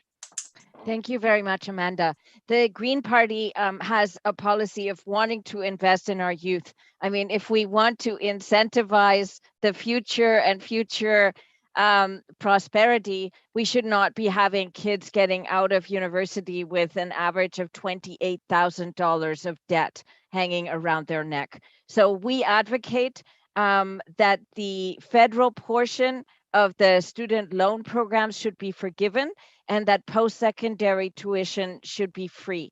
And if you think that's very unrealistic, there's other countries such as Germany who definitely have this enlightened view, and it has benefited the German economy, the German people, and we think that Canadian youth should have the same benefits. Oops, thank you very much. And why don't we go to Angela Mcewen, the NDP. Thank you. Yeah, part of my own history is that I didn't graduate I didn't finish my undergraduate degree in university until I was over 30 because I didn't have enough money to go to school after high school. And so I worked in the Naval Reserves and I saved up money and I went back to school. But for I was the first generation in my family to go to university. My grandparents finished grade 8. So education was always very important to them, and they encouraged me to keep trying, even though I felt like I was way too old to be going back to school. So if you think you're too old, you're not. Go back to school. I enjoy it. It's totally worth it. What the NDP wants to do is we want to give graduates a 5-year break on loan repayment. The Liberals have temporarily paused interest on federal student loans. We want to permanently pause interest on student loans. And we want to forgive, after that 5-year break, we want to forgive up to $20,000 in debt, because Angela Keller Herzog said that's just too much money for people who are trying to build careers and lives. And I've spoken to so many people who are paying back student debt, thinking about whether or not to have kids, trying to save up for a mortgage.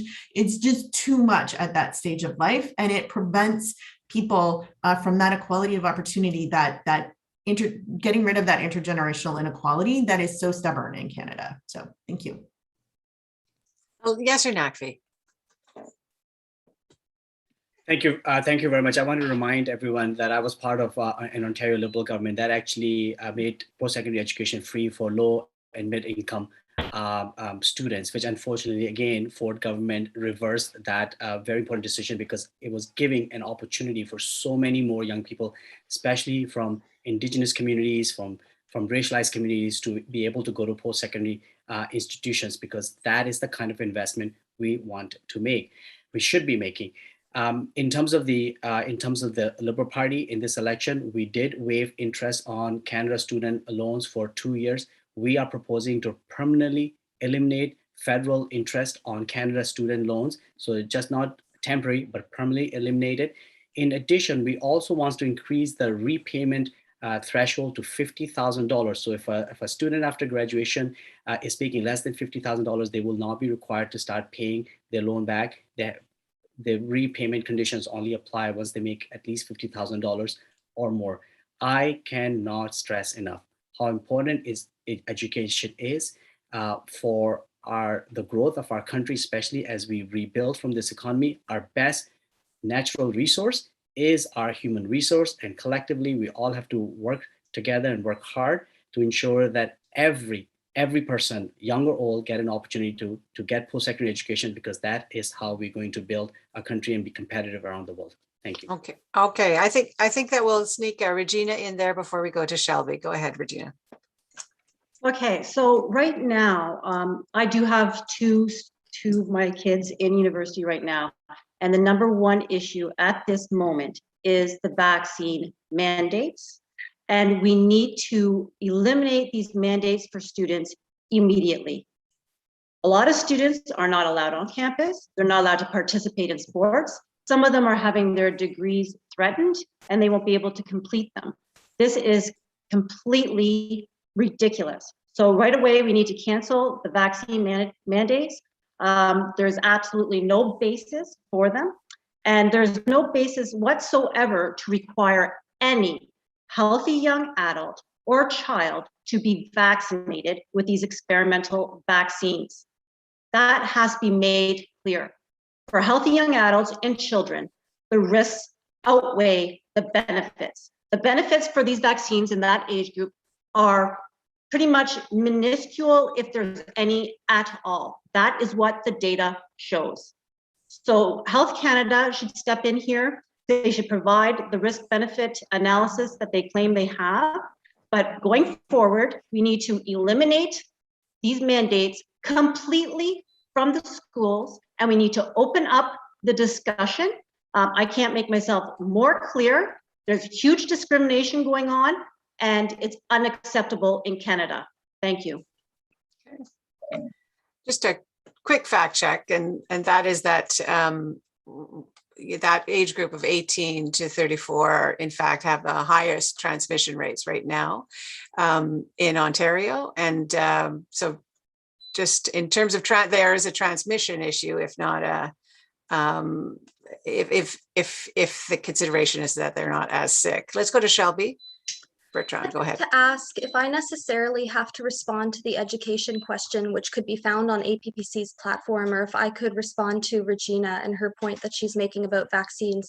As an immunosuppressed student myself, I think that it's frankly ridiculous to talk about a loss of freedom amongst healthy people who perhaps won't have severe side effects from the virus themselves, but who could transmit it to someone like me, who will happily stay home as long as needed in order to avoid a severe blow to my quality of life or possible side effects that will forever stay with me, that I've already been at risk for in other situations as an immunosuppressed person in my past, that have only gotten more imminent and encroached further on my personal bubble in this time of the pandemic.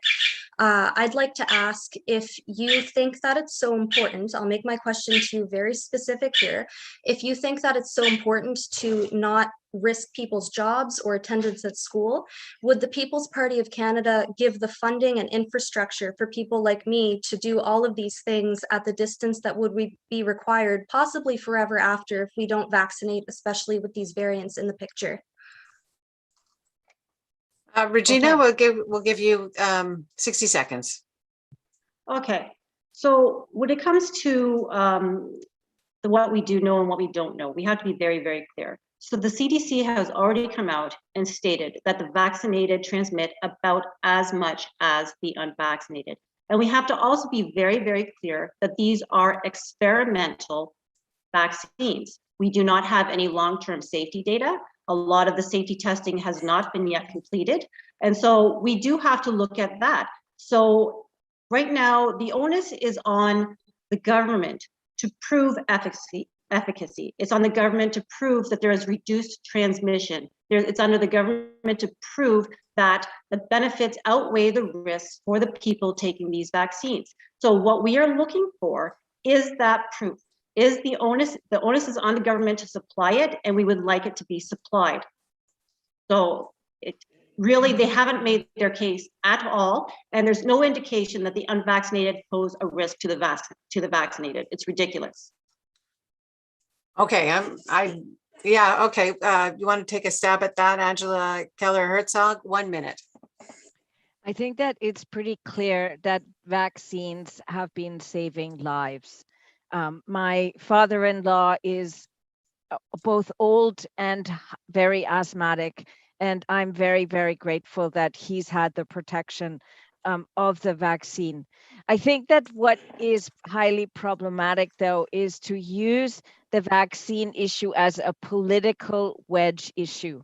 And I think that we're seeing both the PPC as well as the Liberals who raised this issue as their premier election issue 2 days before calling the election. as a highly politicized issue. We need to come together on this. And I think that the only way to defeat the virus is in terms of a public health and collective response, but one that doesn't push anybody into a corner and that recognizes that different people have different histories, come from different places, and also have medically different cases. So that choice needs to be respected and accommodated.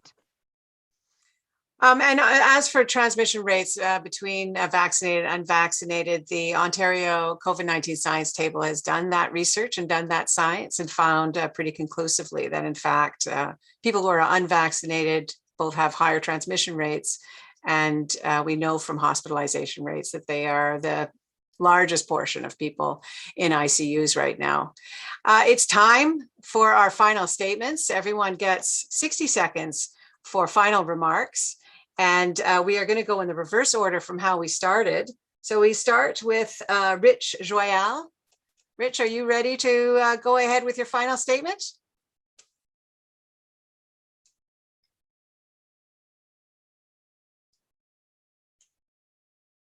Unmuting. Okay, good. Okay, sorry, thank you. It's unmuting. So let's go with the 60 seconds. I see the clock. I've got it, 57 seconds. Number one, when it comes to vaccinated or non-vaccinated, I want to be extremely clear. I, as an independent, will be there for either or. Just understand what I just said, either or. There are a lot of things that we do not know what's taking place right now in given time. If a person was able to look inside the vaccine and see exactly what's being put into ourselves under a microscope, that would be different because we know what's going in. Number two, education for people. For me, the state should be paying for the education for all students, A to Z. We're a wealthy state. There's a way to bring up the money's needed to pay for the state. Getting out of university or college with debt is wrong. Getting to the fact about the Michaels, where are the Michaels in this whole thing? They do not belong where they are right now. And as a nation are supposed to stand up for the freedom of all people, of all countries, and for all people from our land. Thank you. Regina Whittiel, you get to go next. Go ahead. The People's Party of Canada is the grassroots party of this election. The NDP have strayed far from that historical base. I hear Singh criticizing Trudeau now, but where was all that criticism during Parliament? His party just rolled over whenever the Liberals wanted them to. Ethics violations, scandals, reckless spending. O'Toole's Conservatives waffle on every issue.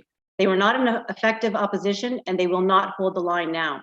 The last 2 years have been very difficult for most Canadians, with bad situations made worse. My opponents all back harmful, non-strategic lockdowns and now call for unconstitutional and unethical vaccine passports in order to participate in basic daily life. If you believe in supporting local businesses, a transparent government that allows open and honest debate and respects rights and freedoms, vote PPC. If you want government overreach and a divided country with no way back to normal, any of the others will do. Thank you.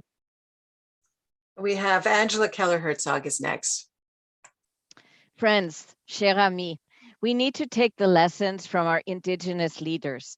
We need to learn to live within the limits of the planet. We know that the climate change crisis, the fires and floods, the extreme weather are here, and that's why I'm running.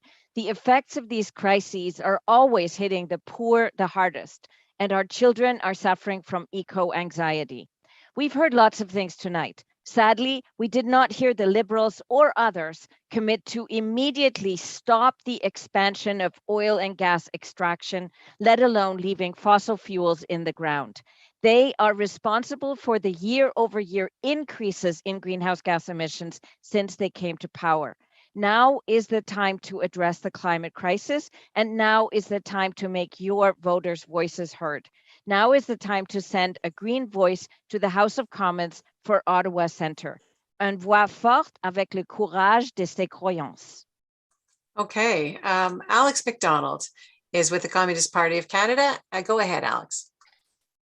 The current approach to the climate crisis is not working. In 2019, it was reported that 44% of the community greenhouse gas emissions in Ottawa were from the transportation sector. The auto industry has let the city down. We need to nationalize the Canadian operations of the Detroit Three and retool them to produce zero-emission cars and buses. To get more airplanes out of the sky, we need a bullet train that can arrive in Toronto in under 60 minutes.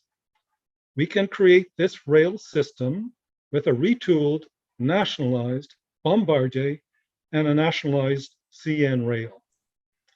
Air Canada will try to thwart this attack on their business. Nationalize it under democratic control. There is no time to wait. Thank you. Okay. Shelby Bertrand is next. Shelby Bertrand is with the Animal Protection Party of Canada. Go ahead.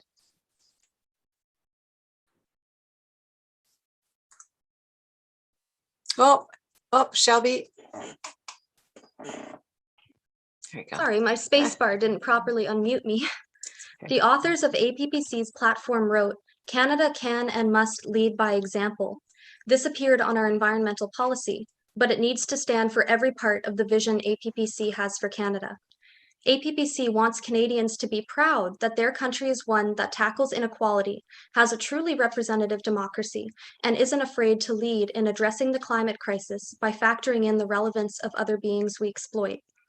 Our science-prescribed environmental platform is the one platform honest with Canadians about what needs to change to honor future Canadians, and is backed by a party that will only support Canadians through every step of that journey. Canada has such potential on the world stage, and APPC wants to honor that by honoring Canadians to lead people who could lead in the world. A vote for APPC is a vote for determination, integrity, and compassion. Thank you. Carol Clemenhagen is with the Conservative Party. Go ahead, Carol. We all want a return to prosperity and a safe, healthy future. Our recovery plans fast-track investments in infrastructure support local priorities. Liberal government has damaged the public's trust in government ethics and accountability. When government set targets, I want to trust that we are likely to meet them. Liberals make extravagant claims, announcements with the appearance of action without results to follow. It's tough for entrepreneurs emerging from the pandemic. As Ottawa Centre's MP, I will seek the advice on a regular basis of our local business improvement areas. With the Conservative Recovery Plan, as your MP, I will get them the supports they need to help our local business areas thrive. On September 20th, I'm asking for your vote to be your member of Parliament. Angela Mcewen is the NDP candidate in this riding. Go ahead, Angela. Thank you, and thanks to the organizers for hosting us this evening. I know community association work is challenging and sometimes thankless, but I think I speak for all of us here when I say that this was an incredible evening. And what I want to leave you with is a question. What kind of future do we want for our country? I want my daughter, Anna, to grow up in a country that fights the climate crisis like we actually want to win it, where every single person has a roof over their heads, where workers are paid a fair wage, and everyone has access to the medication and healthcare that they need. I think we need policies that build the economy from the bottom up, providing good jobs and helping workers get the training they need, and providing the public infrastructure that our local businesses and communities need for a robust recovery. I've heard Ottawa Centre residents tell me they want a member of Parliament that's on their side, fighting for a livable planet for our kids and the bold policies we need to get there. On September 20th, vote for me. Thank you, Angela. And finally, Yasser Naqvi is the Liberal Party candidate. Go ahead, Yasser. Thank you. Now is a pivotal time for our country. The pandemic brought to light the inequities in our society. We have an opportunity to truly do better. The recovery must be inclusive, it must be bold, it must be ambitious. We need a $10 a day childcare so all parents can participate fully in the economy. We need affordable housing so everyone has a safe place to call home. We need a greener economy so our children have a world to grow up in. And we need to fight back against injustices that Black, Indigenous peoples, LGBTQ, and people of color are experiencing every single day. Ottawa Centre deserves an MP who knows our community and understands our issues and knows how to get things done. I have the experience, I have the determination, and I have the energy to serve with progressive values. My name is Yasir Naqvi, and on September 20th, I hope I can earn your vote. Thank you very much. Well, thank you very much to all of you, the participants, for taking part in tonight's debate. There were no fisticuffs. It was extremely civil. And it was so nice to hear everybody actually speaking about policy and their views in that. So that was really super. And I want to thank everyone who took part by listening as well. And again, we have 8 people in Ottawa Centre who took the time and effort and the expense to take part in this political process. So thank you. And thank all of you who listened tonight. We hope it has helped you make some of your decisions in this election. I'm Amanda Pfeffer, and on behalf of everyone who put this together, thank you so much for joining us. I hope it helped, and don't forget to vote.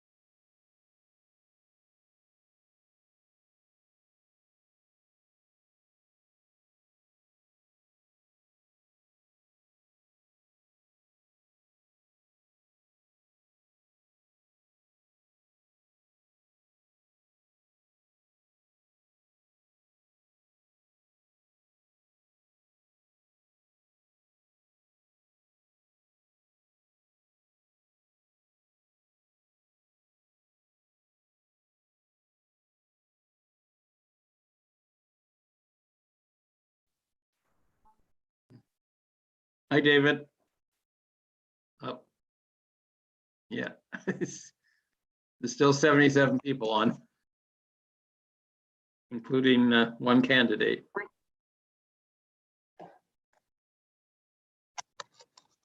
My computer, everything locked in my computer. One second. There should be a button on the lower right-hand corner that says leave. Yeah, I don't want, okay, so is it over now? I missed Yeah, it's over. My So if you gosh. click on that leave, then that should get you out of it.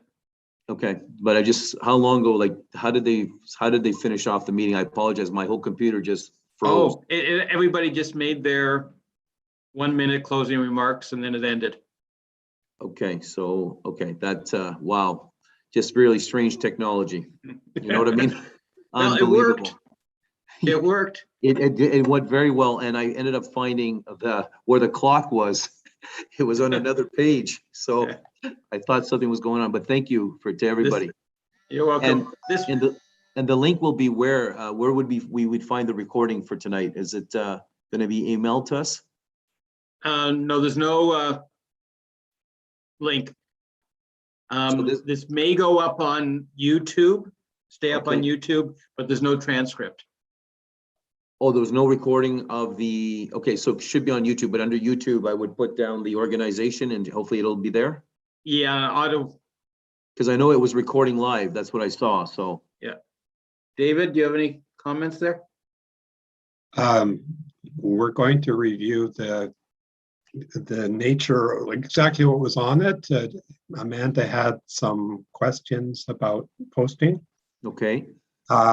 If we decide to post, it will be on YouTube, and we will put up the link on the, for sure, on the website for the Hampton Iona Community Group.